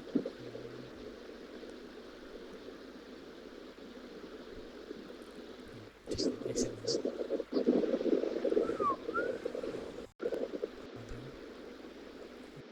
आगे। हाँ, तो हम ये देख रहे हैं यहाँ पे कि हमने देखा कि हमारा जो टीपी है उससे हिट होने से पहले मार्केट रिवर्स ले लिया। तो अब हमारा लॉट साइज़ बहुत बड़ा है, मतलब 20 मिली लॉट हमारे हिसाब से बड़ा है। लेकिन मान लो किसी बड़े इन्वेस्टर ने बिलियंस ऑफ डॉलर की ट्रेड ले रखी है ना, तो अगर उसको लॉस होता है तो वो लॉस वो लोग नहीं अफोर्ड करते हैं। वो लोग इसलिए हेजिंग करेंगे यहाँ पे वो सोचेंगे कि अगर मार्केट यहाँ से अगर नीचे चली गई तो so if market broke the up trend with trend reversal pattern, so sell equal position. मतलब हमने यहाँ पे 0.20 से जो बाई किया था ना, हम यहाँ पे 0.20 से सेल कर देंगे। क्यों? क्योंकि हमें लग रहा है यहाँ से मार्केट नीचे जा सकती है, ये केस। तो हमें क्या करना है, हमें अपने आप को बचाना है। तो हमने यहाँ पे अपना सेल पोजीशन कर दिया और हमने यहाँ पे मार्क कर दिया एरिया कि इस एरिया से अगर मार्केट नीचे आ जाती है ना तो हम अपनी बाय की पोजीशन क्लोज कर देंगे। तो एक बात समझो, बाय का प्रॉफिट हमें यहाँ तक मिल गया है ना, 1980 से 2000 तक का बाय का प्रॉफिट हमें मिल गया, 2000 से मतलब थोड़ा सा ऊपर नीचे। तो हमने बाय का प्रॉफिट ले लिया। तो फिर हम यहाँ से सेल वाली ट्रेड को कॉपी अपना कैरी करके आराम से उस सेल वाली ट्रेड को, सेल की ट्रेड को हम नीचे तक ले जाएंगे। तो हमने बाय में भी प्रॉफिट ले लिया, सेल में भी प्रॉफिट ले लिया। तो इसको हेजिंग कहते हैं कि अगर आपको अपनी पोजीशन बचानी है ना।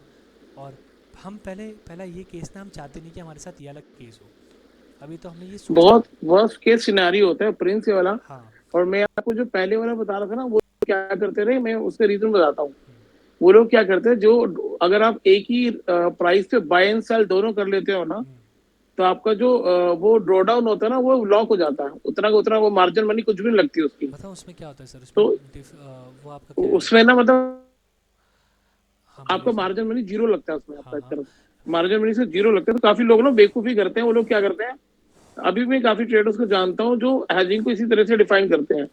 वो क्या करेंगे, बाय सेल ले लिया, उसके बाद वो 10 पॉइंट अगर ऊपर गया तो वहां पे तो बाय ले लिया, 10 पॉइंट नीचे हो तो सेल ले लिया। और अपनी पोजीशन को यूरो यूएसडी से पेयर में ऑन करके रखते, जैसे एक भाई वहां पे आया हुआ था, ठीक है। और उसमें क्या होता है, उनका ड्रॉडाउन मनी बहुत कम यूज होता है। और जो जैसे जैसे एक साइड की ट्रेड क्लोज होती चली जाएगी, लेकिन और वो क्या करेंगे, उसको टारगेट करेंगे सर साइडवेज मार्केट को, क्योंकि अप ट्रेंड मार्केट में अगर उन्होंने दो एग्जैक्टली टिक खोल लिया तब वो फंसते हैं, जैसे मैंने हाँ। भी एक्सपीरियंस तो मैंने किया। बोला ना, वो यूरो यूएसडी जैसे पेयर को टारगेट करते हाँ हैं उन लोगों। हाँ हाँ हाँ, जैसे ये चीज़ मैंने भी एक्सपीरियंस करी है। कभी कभी मैंने ये चीज़ एक्सपीरियंस करी थी, लेकिन मैं साइडवेज में करता था। क्या करता था, कभी कभी सर मेरे पास टाइम नहीं हुआ ना, तो मेरा साइज़ अकाउंट साइज़ बड़ा था उस टाइम पे। तो मैंने क्या किया, स्टैंडर्ड लॉट की 10 पिप ऊपर नीचे, बस 10 पिप बाय और सेल लिमिट मतलब लगा दी प्रॉपर, लगा के कि इस रेंज में आता है तो बाय सेल हो जाए, और वो हो जाता था। लेकिन कभी कभी ऐसा होता था कि आप डाउन ट्रेंड से अप ट्रेंड जा रहे हो और आपको ट्रेंड का पता नहीं है, मतलब मार्केट मैनिपुलेशन में है। तो आपने क्या किया, अप ट्रेंड डाउन ट्रेंड दोनों खोल दिया कि अगर मार्केट नीचे गई तो मैं डाउन ट्रेंड का प्रॉफिट लेके अप ट्रेंड कर दूंगा। तो ये चीज़ में आप फंस जाओगे, और ये प्रैक्टिस मतलब बेकार प्रैक्टिस है, इसको कोई यूज़ मत करना। जो मैं बता रहा हूँ बहुत हेजिंग, गलत प्रैक्टिस है, हाँ बहुत हेजिंग ऐसे बहुत चलती है गलत जैसे है आप ये। देख रहे हैं अभी, और ये भी हाँ, ये हेजिंग। तरीका फिर भी ठीक है, जो भी आप ये भी आपको बड़ा केयरफुल होकर करना पड़ता है जो हाँ, आप ये कर रहे हो। तो इसलिए मैं बता रहा हूँ कि मैं तो तलवार यही लो। बोलूंगा, मैं तो ये बोलूंगा कि आप बेटर आप स्टॉप लॉस लेके निकल जाओ। हाँ निकल जाओ, निकल जाओ, या फिर प्रॉफिट वाली ट्रेड ही एग्जिट कर दो, प्रॉफिट में ब्रेक इवन लगा के छोड़ दो। लेकिन आपने, एग्जैक्टली ये एग्जैक्टली। मतलब उस केस सिनेरियो के लिए है जब आपने क्या किया, अपनी पूरी जायदाद लगा दी, चलो अब लगा दी, गलती हो गई, जायदाद लगा दी आपने अपनी पूरी ट्रेडिंग में, अब बचना कैसे? तो इस ये वाला पेज और ये वाला नोट आप उस दिन निकाल के देख लेना बचने के लिए। तो आप इस पर्पज़ को, हाँ ये नोट्स बहुत अपनी तिजोरी में बना के रख देना, हाइजिंग का नोट। तब आपको तब निकालना है जब आपने गलती कर दी, किस दिन आप नशे मतलब सॉरी नशे में या कुछ भी हो, आपने क्या किया, अपना पूरा का पूरा अकाउंट ही लगा दिया मार्जिन कॉल। मतलब मार्जिन कॉल होता है कि जब आपका अकाउंट पूरा उड़ जाता है, तो उसके चक्कर में आपको उससे बचने के लिए हेजिंग यूज़ करनी है उस टाइम पे। तो हेजिंग में क्या हुआ कि हमने क्या किया, हमें लगा कि 2010 तक हमारा मार्केट नहीं पहुंच पाएगा, क्या पता यहाँ पे ट्रेंड रिवर्सल हो रहा है, मतलब ट्रेंड वापस नीचे जा रहे हैं, यहाँ कुछ डबल बॉटम या ऐसा कोई पैटर्न बन गया। तो अब हमें लग रहा है, तो हमने क्या किया, हमने कर दिया यहाँ पे सेल, और यहाँ पे एक लिमिट बना दी कि अगर मार्केट इसके नीचे चला गया तो हमारी बाई की पोजीशन एंड कर देना, जो हमने 1980 से ली है, ठीक है। तो so if market broke the up trend with trend reversal pattern, so sell equal position and stop buy position at for sure points and hold the sell. इसका मतलब ये है कि आप जो अपनी बाइंग पोजीशन है यहाँ पे एग्जिट कर देंगे, मतलब यहाँ से अगर इसको क्रॉस हो जाता है तो आप श्योर हो जाएंगे कि हाँ तो डाउन ट्रेंड आ गया। ये एक ऐसा लेवल है जिसको आपको श्योर बना देगा कि अब डाउन ट्रेंड आ गया, अब डाउन ट्रेंड यहाँ तक चलेगा। तो यहाँ पे फिर आप अपनी सेल की पोजीशन होल्ड कर लेंगे जब आप अपनी ज़्यादा लगा दिए, तो वो अलग चीज़ है, ठीक है। अब हम नीचे देखते हैं कि एक ट्रेड में अब वो मार्केट नीचे नहीं गई तो क्या हुआ, ठीक है। अब एक केस में हमने समझ लिया कि मार्केट नीचे चलेगी। If markets do not form trend reversal and go up direction then the position और हायर हाई। आपने तब क्या करा, अब आपने तो सेल की ट्रेड ले ली थी, जब आपने सेल की ट्रेड ले ली थी यहाँ पे, तो अब आपको क्या करना है, जब वो हायर हाई फॉर्म करेगा तो अपनी सेल की ट्रेड एग्जिट कर देनी है। तो आपकी बाई की ट्रेड टिकी हुई है और सेल की ट्रेड आपने एग्जिट कर दी, ठीक है। अब इस सिनेरियो में ये समझो कि आपका क्या हुआ, आपने अपनी बहुत बड़ी पोजीशन के चक्कर में बस एक छोटी सी फीस पे करी है। अगर आप इसको अच्छे वे में समझो तो इस वे में अच्छी है, अगर आपने ये चीज़ फॉलो हो जाती है कि आपकी बाय वाली ट्रेड बच गई और आपने छोटी सी सेल की ट्रेड का एसएल आपने उसको पे कर दिया, तो इसमें बहुत कम आपने एक तरीके से उसमें ट्रेडिंग फ़ीस दे दी अपना बड़ी लॉट को बचाने के लिए, अपनी बड़ी ट्रेड को बचाने के लिए। ये वैसे अभी आप इस ट्रेड से कनेक्ट नहीं हो पाएंगे इस तरीके से, क्यों? क्योंकि आपके पास अभी उतने बड़े फंड से आपने अभी उतना बड़ा गेम नहीं खेला है कि आपको ये चीज़ समझ आता है। लेकिन एक लॉन्ग टर्म के लिए आप समझ के रखो इस चीज़ को कि अगर हेजिंग कभी आपको ज़रूरत पड़ जाती है, कभी आपको भगवान न करे ज़रूरत पड़े, तो आप ऐसे करोगे इसको, ठीक है। हेजिंग करोगे अपनी बड़ी पोजीशन को बचाने के लिए, मतलब भगवान करे ज़रूरत पड़े आप हेजर बन जाओ, बहुत बड़े हेज फंड मैनेजर बन जाओ, या हेज फंड खोल लो अपनी आगे चल के, लेकिन तब ज़रूरत पड़े। तो यहाँ पे आप देखिए कि ट्रेंड ने क्या किया, यहीं से वो अप ट्रेंड चलेगी, उसने लोअर लो नहीं बनाया, वो नीचे नहीं गई, अप ट्रेंड चला गया। इसमें क्या किया आपने, जब लास्ट वाली जो हाई थी ना, इसको यहाँ पे आपने एक लिमिट लगा दी कि मेरी सेल की पोजीशन जो मैंने यहाँ से सेल किया था नीचे के लिए, वो अब लॉस में जा रही थी, तो यहाँ पे एक्सिट होता है, यहाँ से मेरा बाय ट्रेंड ही जाएगा, ऊपर ही ऊपर जाएगा। तो इसकी वजह से हमने यहाँ पे अपनी क्लोज कर दी सेल की पोजीशन। तो if market do not from trend reversal and go in up direction, मतलब अप डायरेक्शन जा रही है, and the position on high and high, मतलब हायर हाई पे आपने यहाँ पे पोजीशन एंड कर दी अपनी सेल वाली पे। Purpose is to save buying position, but some time people do this. अब पीपल क्या करते हैं, पीपल यानी हम लोग, अब हम लोग तो मतलब हैं बंदरों को पूर्व, मतलब बंदर हमारे पूर्वज, तो गलतियाँ तो हम करेंगे। तो हमने क्या किया कि हमने किया बाई की ट्रेड ले ली। अब बाई की ट्रेड हमने ली यहाँ पे, ठीक है। अब बाई की ट्रेड हमने क्या करी, बाई की ट्रेड हमने होल्ड करी रखी और सेल कर दिया, सेल कर दिया। अब सेल हमने ऐसा करा कि भाई सेल थोड़ा सा नीचे गया, सेल क्या होता है देखो, मेरी एरो देखो, सेल थोड़ा सा नीचे गया और फिर सेल थोड़ा ऊपर आने लग गया, तो हमने सेल की पोजीशन पहले हमने क्या किया, मैं फिर से समझाता हूँ, एक बार क्लीन करके समझाता हूँ कि बेवकूफ़ी क्या होती है इसमें, कि कौन बंदा बेवकूफ़ी कब करता है, आप फंसते कब हो इसमें, इस ट्रेड में। This they and sell here and both buy and sell profit but market go back down, ठीक है। Don't book both side profit book, it's not hedging, follow the hedging rules otherwise you will suffer big loss, ठीक है। तो इसमें क्या किया इस बंदे ने, इसने हेजिंग करना सीख लिया। अब आपने हम में से किसी ने का एग्जांपल ले रहे हैं, इसने देखा मार्केट ने हायर हाई बनाया, फिर ये देख रहा है इसकी डाउन ट्रेंड आने वाला है भाई, अब तो डाउन ट्रेंड आने वाला है। अब हमें क्या करना है कि अब बाई की ट्रेड को हमें एग्जिट करना है, ठीक है।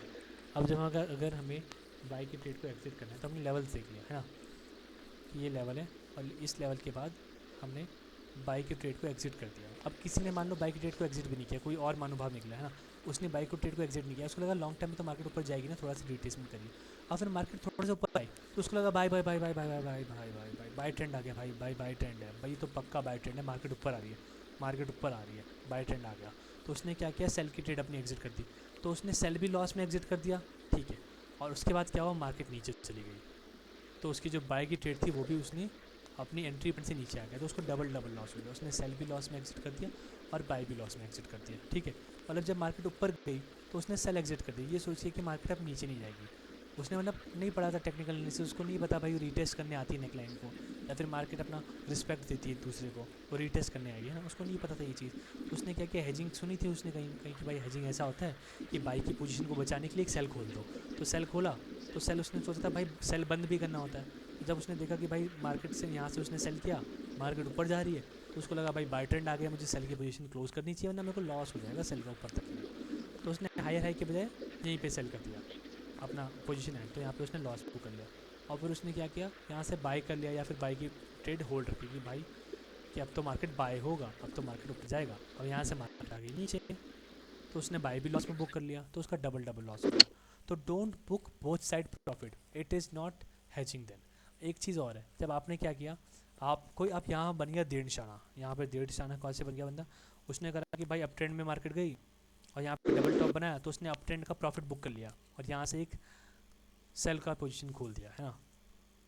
तो ये क्या हो गया, हेजिंग नहीं हो गई, इसको आप हेजिंग नहीं बोलोगे, इसको आप बोलोगे आपने ट्रेडिंग करी, ये हेजिंग नहीं हो गई। ये तो ये हुआ कि भाई बाय ट्रेंड था, आपको पैटर्न दिखा, आपने बाय की ट्रेड क्लोज कर दी, फिर सेल ट्रेंड आ गया तो सेल की ट्रेड ली, तो इसको आप हेजिंग नहीं बोलोगे, ठीक है।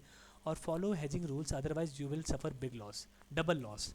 तो आपने हेजिंग के रूल अगर फॉलो नहीं करे, यहाँ पे आपने हायर हाई पे एक हायर हाई पे यहाँ पे आपको सेल करना था, सेल की पोजीशन एंड, सॉरी, तो आपने सेल की पोजीशन यहाँ एंड कर दी, लेकिन आपने नीचे एंड कर दी, तो आपको डबल लॉस सहना पड़ेगा, ठीक है। Now if market falls at any extent, downside risk is being covered by the contract for the investors, hedging need practice of mind। अच्छा, जो ये हेजिंग होती है ना, वो आपका माइंड स्टेबल होना चाहिए, तब आप ये कर पाओगे, वरना आप क्या सोचोगे कि भाई बाय का प्रॉफिट ले लूँ, सेल का प्रॉफिट ले लूँ, इस चक्कर में आप दोनों में लॉस करा बैठोगे। You can save account but if you only one trade is there be bias. अच्छा हाँ, अगर आपको ये समझना है कि ये कंडीशन कब आएगी, यू कैन सेव अकाउंट, मतलब आपका अकाउंट, बट मतलब ये अकाउंट का आपका अकाउंट सेव कर सकती है, लेकिन आपका होना चाहिए कि एक ट्रेड ही आपकी चल रही है ऐसी, ये ना हो कि आपकी ऐसी 10 ट्रेडें चल रही है, तो आप फिर इतना हेजिंग नहीं कर पाओगे उसमें, आप कंफ्यूज हो जाओगे कौन सा कहाँ बंद करना है, कौन सा कहाँ बंद करना है, कौन सा सेल करना है, कौन सा इतना कंफ्यूज हो जाओगे, आप कर ही नहीं पाओगे। तो बेटर ये होगा कि सिर्फ आप एक ट्रेड में हेजिंग कर रहे हो, एक ट्रेड आपके पास है बस जिसमें आप हेजिंग कर रहे हो। मतलब अगर आपके साथ ऐसा कोई सिनेरियो होता है, आपको हेजिंग करनी पड़ रही है, तो वो सिर्फ एक ट्रेड होनी चाहिए, ये नहीं कि आपने 10 ट्रेड खोली हुई है। तो हेजिंग को हम अगर किसी का डाउट है हेजिंग में, बस मेरे हिसाब से डाउट होना चाहिए, क्योंकि ये चीज़ समझ नहीं आएगी किसी को पहली बार में। मतलब तो ऐसा कंपलसरी नहीं कि होना ही चाहिए, बस ही कह रहा हूँ मैं। किसी का है वैसे डाउट?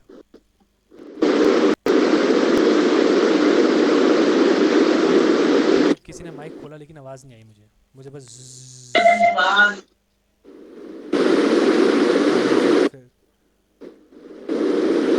आवाज़ नहीं आ रही आपकी भाई, आवाज़ नहीं आ रही भाई मैं बताऊं ना, मेरे तो ऊपर से निकल गया, मुझे ऐसा लग रहा है स्टार्टिंग में मेरे काम की चीज नहीं है। भाई, आपकी आवाज़ ही नहीं आ रही।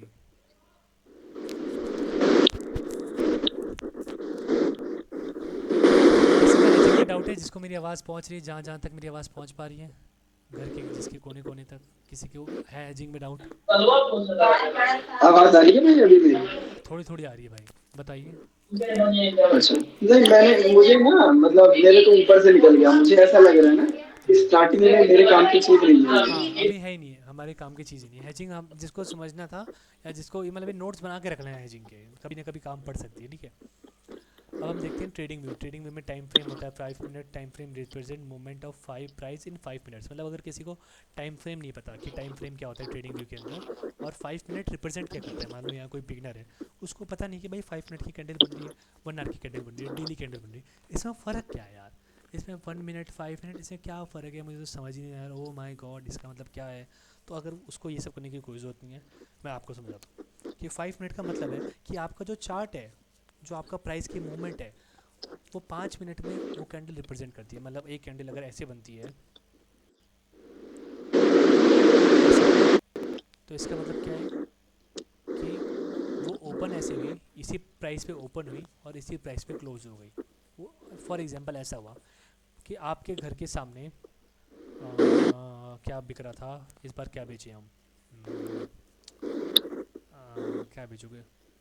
टीवी भी, टीवी नहीं, अच्छा टमाटर। अच्छा, टमाटर, टमाटर, चलो भाई का सुनते हैं। टमाटर बिक रहे थे, ठीक है। अब टमाटर बिक रहे थे, टमाटर बिक रहे थे 10 रुपये के, 10 रुपये किलो, ठीक है। अब 5 मिनट में क्या हुआ कि एकदम से मोदी भाई साहब, हमारे मोदी सर जी, गुरु जी, हमारे मोदी प्राइम मिनिस्टर जी आ गए टीवी के ऊपर। उन्होंने कहा भाई और बहनों, टमाटर बहुत मतलब कीमती है, ऐसा करके उन्होंने कुछ बोल दिया। भाई और बहनों, आप टमाटर खरीदिए। और सब लोगों ने एकदम से, टमाटर की हाइप बन गई। और टमाटर का जो प्राइस था, नहीं, उन्होंने मान लिया कि बोल दिया टमाटर गंदी चीज़ है। टमाटर पहले हम पहले डाउन ट्रेंड समझते हैं, हमने अब कैंडल बना दी तो हम उल्टा लेके चले गए। उन्होंने कहते हैं टमाटर बेकार है, टमाटर मत यूज़ करना। क्यों मान लेते? उनकी कोई रैली थी, तो उन्होंने रैली होने से पहले ही बोल दिया कि भाई कोई, मतलब विथ ऑल ड्यू रिस्पेक्ट ये आंसर दे रहा हूँ मैं, कि कोई उनको टमाटर ना मारे। तो उसने बोल दिया उन्होंने कि भाई टमाटर में कीड़े आ रहे हैं, आप टमाटर मत खाइए। तो वो न्यूज़ 5 मिनट के अंदर आ गई मार्केट में, है ना। और फिर वो न्यूज़ जब आई तो एकदम से टमाटर का रेट चला गया 2 रुपये पे। तो टमाटर 10 का टमाटर 2 रुपये में बिक रहा है। और 5 के मिनट के अंदर ही एक और न्यूज़ आती है कि भाई जो पहली न्यूज़ आई थी ना वो फेक थी, तो इसकी वजह से टमाटर का प्राइस फिर वापस 10 रुपये आ गया। तो 5 मिनट के अंदर इतना जो प्राइस का फेरबदल हुआ ना, तो उससे 5 मिनट की कैंडल बन गई। तो ये होता है इस कैंडल के पीछे का कॉन्सेप्ट, कि वो 5 मिनट का टाइम दिखाता है कि मार्केट में क्या हुआ। अब जो ये 2 मिनट है, अगर वो यहाँ पे आप सोचोगे कि भाई जब 10 पे मार्केट 10 पे खुली, 10 पे टमाटर का प्राइस था और 10 पे बंद हुआ, तो ज़रूरत क्या है 2 दिखाने की? क्या ज़रूरत है 2 को दिखाने की? क्यों? क्योंकि आपको दिखाना पड़ेगा कि मार्केट कहाँ से चल के आई, मार्केट का रास्ता क्या था आने का यहाँ तक का। तो इससे आपको अंदाज़ा पड़ेगा और आने वाले लोगों को पता चलेगा कि मार्केट कहाँ थी, कहाँ से आई, जिसके हिसाब से आप प्रेडिक्शन कर पाओगे कि मार्केट अगर 10 से बार बार वापस आ रही है, अगर आपको पता ही नहीं चलेगा कहाँ से वापस आती है, कहाँ पे जाती है, तो आप प्रेडिक्शन नहीं कर पाओगे ना। आपको पता चल जाएगा कि 10 पे मार्केट नहीं टिक रही, मार्केट 5 पे आती है। तो आपने देखा कि भाई वहाँ विक बनी है, वहाँ रास्ता बना है उसका नीचे आने का। तो इस चीज़ के लिए मतलब आप को रिलेट कर पाओगे दिमाग में, तो आपको समझ आ जाएगी ये बातें। अब हम देखते हैं टेक्निकल एनालिसिस में क्या क्या चीज़ें होती हैं। बिगनर्स डोंट फॉलो, अच्छा इसमें मैंने एक रूल बनाया था, अगर फॉलो करना चाहो तो मैं रिकमेंड करूँगा, बाकी तुम सब फॉलो, मतलब आप सब फॉलो करो या ना करो, मैं तो मतलब रिकमेंड करूँगा भाई के नाते कि आप सब फॉलो करो। कि आप बिगनर्स हैं जो, बिल्कुल है ना, वो 4 आवर टाइम फ्रेम के नीचे मत जाना अभी। एनालाइज करो मंथली में, वीकली में और डेली में, और 4 आवर के नीचे मत जाना। क्यों? क्योंकि आपको अभी बहुत सारी चीज़ें सीखनी है। मार्केट बहुत ज़्यादा वॉलेटाइल होती है फॉरेक्स की, स्टॉक्स नहीं है कि आपको वॉलेटिलिटी बहुत कम मिलेगी। फॉरेक्स में बहुत ज़्यादा वॉलेटिलिटी है, तो आप लोअर टाइम फ्रेम पे खो जाओगे, कभी कभी आपका प्राइस एक्शन काम नहीं करेगा, तो आप फंस जाओगे। इसलिए मैं सबको रिकमेंड करता हूँ, मैं खुद अभी आगे जितनी भी स्ट्रेटजी सिखाने वाला हूँ, तो ज़्यादातर अभी आपको 4 आवर की स्ट्रेटजीज में सिखाऊंगा, क्योंकि वो बहुत एक्यूरेट होता है टाइम फ्रेम स्ट्रेटजीज़ के लिए। आप देखते होंगे बॉबी भी ज़्यादातर 4 आवर में एंट्री लेता है, तो उसको इतना सा एसएल मिल जाता है, इतना बड़ा टेक प्रॉफिट मिल जाता है। क्यों? क्योंकि मार्केट एक्यूरेट बहुत होती है ना, तो 4 आवर में अच्छा वर्क करती है। तो ये चीज़ आपको ध्यान रखना है, एज अ बिगनर हमें 4 आवर के नीचे नहीं आना, 1 आवर, 15 मिनट, ये सब नहीं करना। अगर वो रेजिस्टेंस जो हमारी एक स्ट्रेटजी थी ना, वो 4 आवर में भी चलती है, आप 4 आवर में टेस्ट करना अलग अलग पेयर्स में। एक आध पेयर आपको ऐसा मिलेगा जहाँ उसकी एक्यूरेसी भी बहुत अच्छी है, मैं हिंट दे रहा हूँ, आप चेक करना तो आपको मिल जाएगा। The way to start your trading journey, introduction to technical analysis, we study and analyse different types of pattern and charts. हम अपनी ट्रेडिंग जर्नी को स्टार्ट कैसे करेंगे, हम एनालाइज करेंगे चार्ट्स को, डिफरेंट टाइप्स के पैटर्न्स पढ़ेंगे और देखेंगे कैसे मतलब उसको हम यूज़ करते हैं। मतलब हम एक एग्जांपल देखते हैं हम, कि एक मान लो एक किसान है जो खेती करता है, जो खेतों में रहता है, जो खुले आसमान के नीचे रहता है, उससे अगर मैं जाके बोलूँ, उससे मैं शर्त लगा लूँ, शहर का लड़का, मतलब रूमों के अंदर रहने वाला, कि भाई कल बारिश होगी या नहीं होगी, तो आप बताओ मुझे किसके जीतने के चांसेस ज़्यादा है, उसके या मेरे? उसके या मेरे? कौन सही बारिश गस कर पाएगा? उसके। उसके। क्यों? क्यों? बताओ मेरे भाई। सिंपल है, बहुत सिंपल है, बहुत सिंपल है। सोचो क्यों बता पाएगा? क्यों? क्योंकि वो किसान का है, वो करता है खेती, खेती करने के लिए बारिश बहुत मेन चीज़ है। तो उसको पता है कि मौसम बारिश के कब आ रहे, कब उसकी फसल को टाइम, क्योंकि उसकी लाइफ उस पर डिपेंडेंट है। और दिन रात यही काम कर रहा है, तो उसको पता है कि हवा इस तरफ चल रही है, इसका मतलब है कि भाई जैसे कुछ हिंदी वर्ड्स होते हैं, पूरब पश्चिम में हवा चले, ऐसे करके कुछ वर्ड्स होते हैं, उसको पता है कि भाई विंड के फ्लो करने से बारिश का पता है उसको पता है कि बारिश इस सीज़न में आती है, क्यों? क्योंकि वो क्रॉप्स उगाता है। तो आप किसी फार्मर से पंगा नहीं ले सकते इसकी नॉलेज में। तो सेम ऐसा है कि आप किसी नूब से, जिसको नहीं पता मार्केट में क्या हो रहा है, और वो बंदा जो टेक्निकल एनालिसिस करता है, तो आप दोनों में से जिससे पूछोगे तो हाई चांसेस किसके होंगे? टेक्निकल एनालिसिस वाले की ना। कि आज से 1 महीने पहले आप में से बहुत सारे लोग होंगे जिनको टेक्निकल एनालिसिस बिल्कुल नहीं आता था, मेरे को भी नहीं आता था, मैं भी आपके साथ का था। लेकिन अभी आज और कल में हमारे अंदर कितना अंतर आ गया है। अगर हम अपने पुराने सेल्फ से पूछते, अगर यश अगर तो अपने आप से पूछता टाइम में पीछे जाके, तो क्या वो बता पाता पहले जितना सही? ना नहीं ना बता पाता ना। भाई नहीं। तो यही है कि हमें टेक्निकल एनालिसिस की जर्नी में क्यों पार्ट लेना है, क्यों? क्योंकि हमें उसमें परफेक्ट होते जाना है, ठीक है। अब ये देखो कि क्या होता है टेक्निकल एनालिसिस। एक बार हम फिर से, मतलब बार बार हम ये चीज़ रिवाइज कर रहे हैं। ये नोट्स, अब ये मेन वाले नोट्स शुरू है जिससे हम पूरा अपना कोर्स पढ़ेंगे। टेक्निकल एनालिसिस, ट्रेडिंग करते हैं, बाय या सेल करते हैं हम, ठीक है। Intraday, short term, long term होता है। तो इसके बाद क्या होता है कि सबसे मेन क्या होता है, सबको लगता है कि भाई इतने सारे हम कोर्सेज कर लेते हैं, हम बिल्कुल परफेक्ट हो जाते हैं। लेकिन इसमें पता है क्या है, नॉलेज तो सबके पास है, लेकिन इससे सबसे मेन पता है क्या है? Mind set. 70% माइंड सेट पर डिपेंड होती है आपकी। 70 to 90% मैं कहूँगा कि माइंड सेट डिपेंडेंट है, और 30 to 10% स्किल डिपेंडेंट। आप कितना भी सीख लो, लेकिन अगर आपका माइंड सेट सही नहीं है, आप ट्रेड होल्ड नहीं कर पाते, लॉस होल्ड करते हो, रिवेंज ट्रेडिंग करते हो, और इमोशंस पे काबू नहीं कर पाते, पैसा देखते आप बहुत खुश हो जाते हो, लॉस देखते आप बहुत दुखी हो जाते हो, तो ये आपका माइंड सेट है। तो ज़्यादातर लोग किस वजह से लूज़ करते हैं? क्यों? क्योंकि उनका 70% जो माइंड सेट है, 70 to 90% जो मेन चीज़ है, वो वहाँ पे लैग कर जाते हैं। आप मेहनत कितने भी कर लो, कितने भी पैटर्न्स पढ़ लो, कितने भी चार्ट, जब आपका माइंड सेट ही सही नहीं है, तो अब आपने चार्ट्स की ट्रेनिंग कर ली, और लेकिन जो माइंडसेट की ट्रेनिंग है वो मैं आपको बताता रहूँगा। जैसे मैं बोलता हूँ आप सब्र करना सीखो, आप पेशेंस करो। अब 4 आवर के टाइम फ्रेम में क्यों बोल रहा हूँ, इसके पीछे किसी ने लॉजिक नहीं पूछा। ये लॉजिक अगर मुझसे पूछता कि सर आपने भाई मेरे आपने बोला कि चलो एक्यूरेसी के अलावा और कोई लॉजिक है, आप क्वेश्चनिंग करो, तब तो मैं आपको बताऊँ।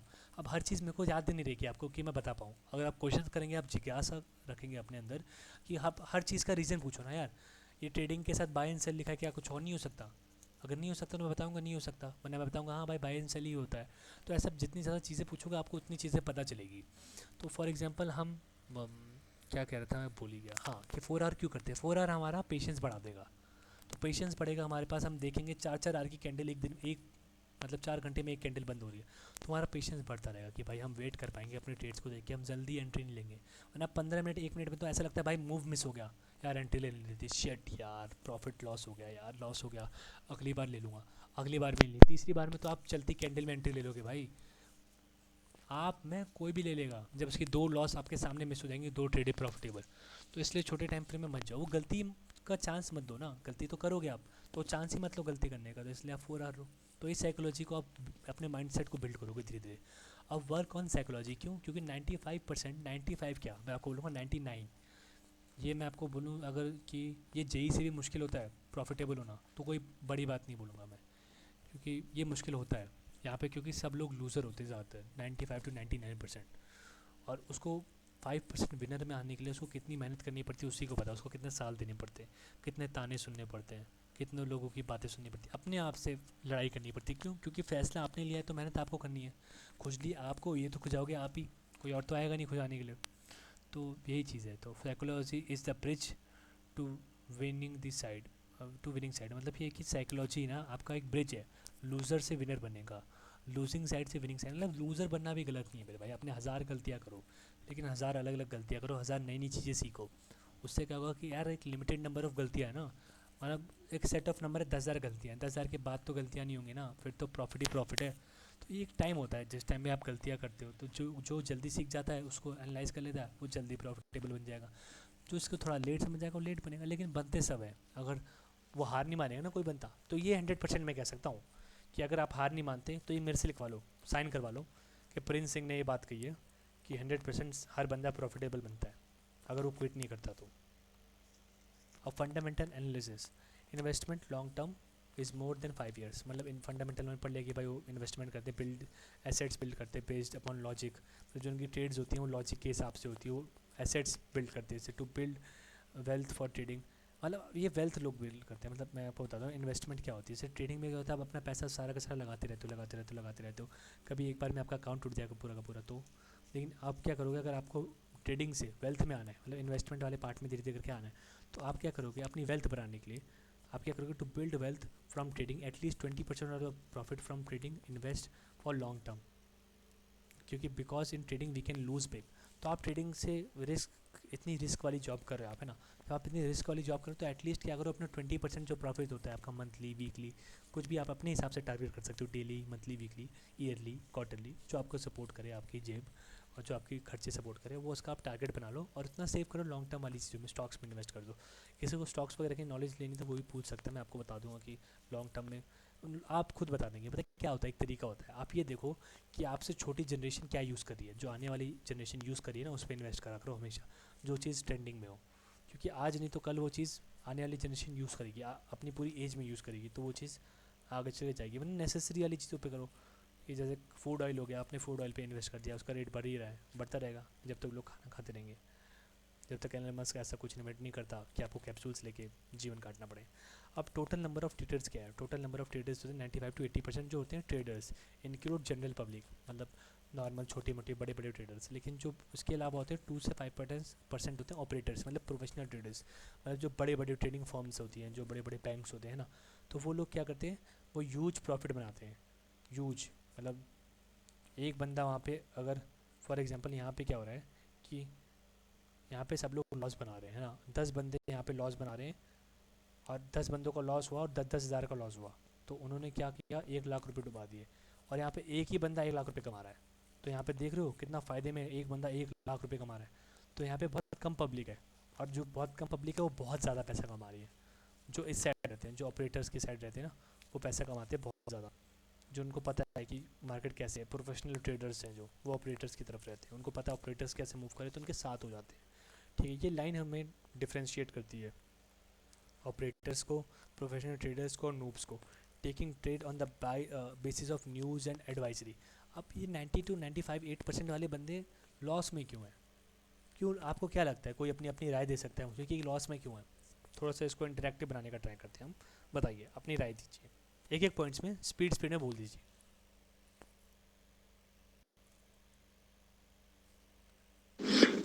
बिना सीखे बिना स्टडी किए ट्रेडिंग करना स्टार्ट कर देते हैं, अच्छा, जैसे कि मैं खुद। राघव,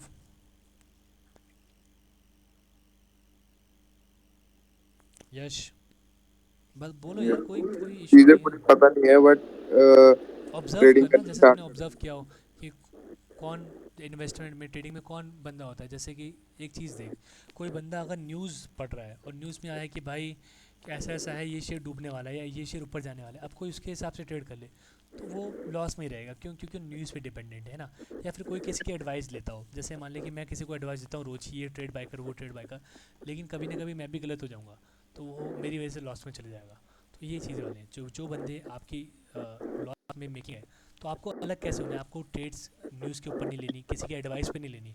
अगर आप ये चीज़ें नहीं करेंगे तो आप धीरे धीरे करके प्रोफेशनल ट्रेडर बन जाएंगे, जहाँ जहाँ पे बहुत यूज प्रॉफिट हो रहा है। ठीक है, आप लॉस से यूज में जाएंगे। News is manipulated, operators give news and trade against news. ठीक है, अब आप खुद सोचो, मार्केट में अगर मुझे मार्केटिंग करनी हो, मुझे कोई जैसे प्रोडक्ट बेच रहा हूँ, जैसे फॉर एग्जांपल मैं अगर दूध बेचता हूँ, तो मैं हर जगह यही न्यूज़ लगाऊँ कि दूध जो होता है, मिल्क मिल्क बहुत बेनिफिशियल होता है हमारी हेल्थ के लिए, वो हमारी बॉडी बनाता है, हमारी हाइट बढ़ाता है, कॉम्प्लान बॉय, बॉर्नवीटा बॉय।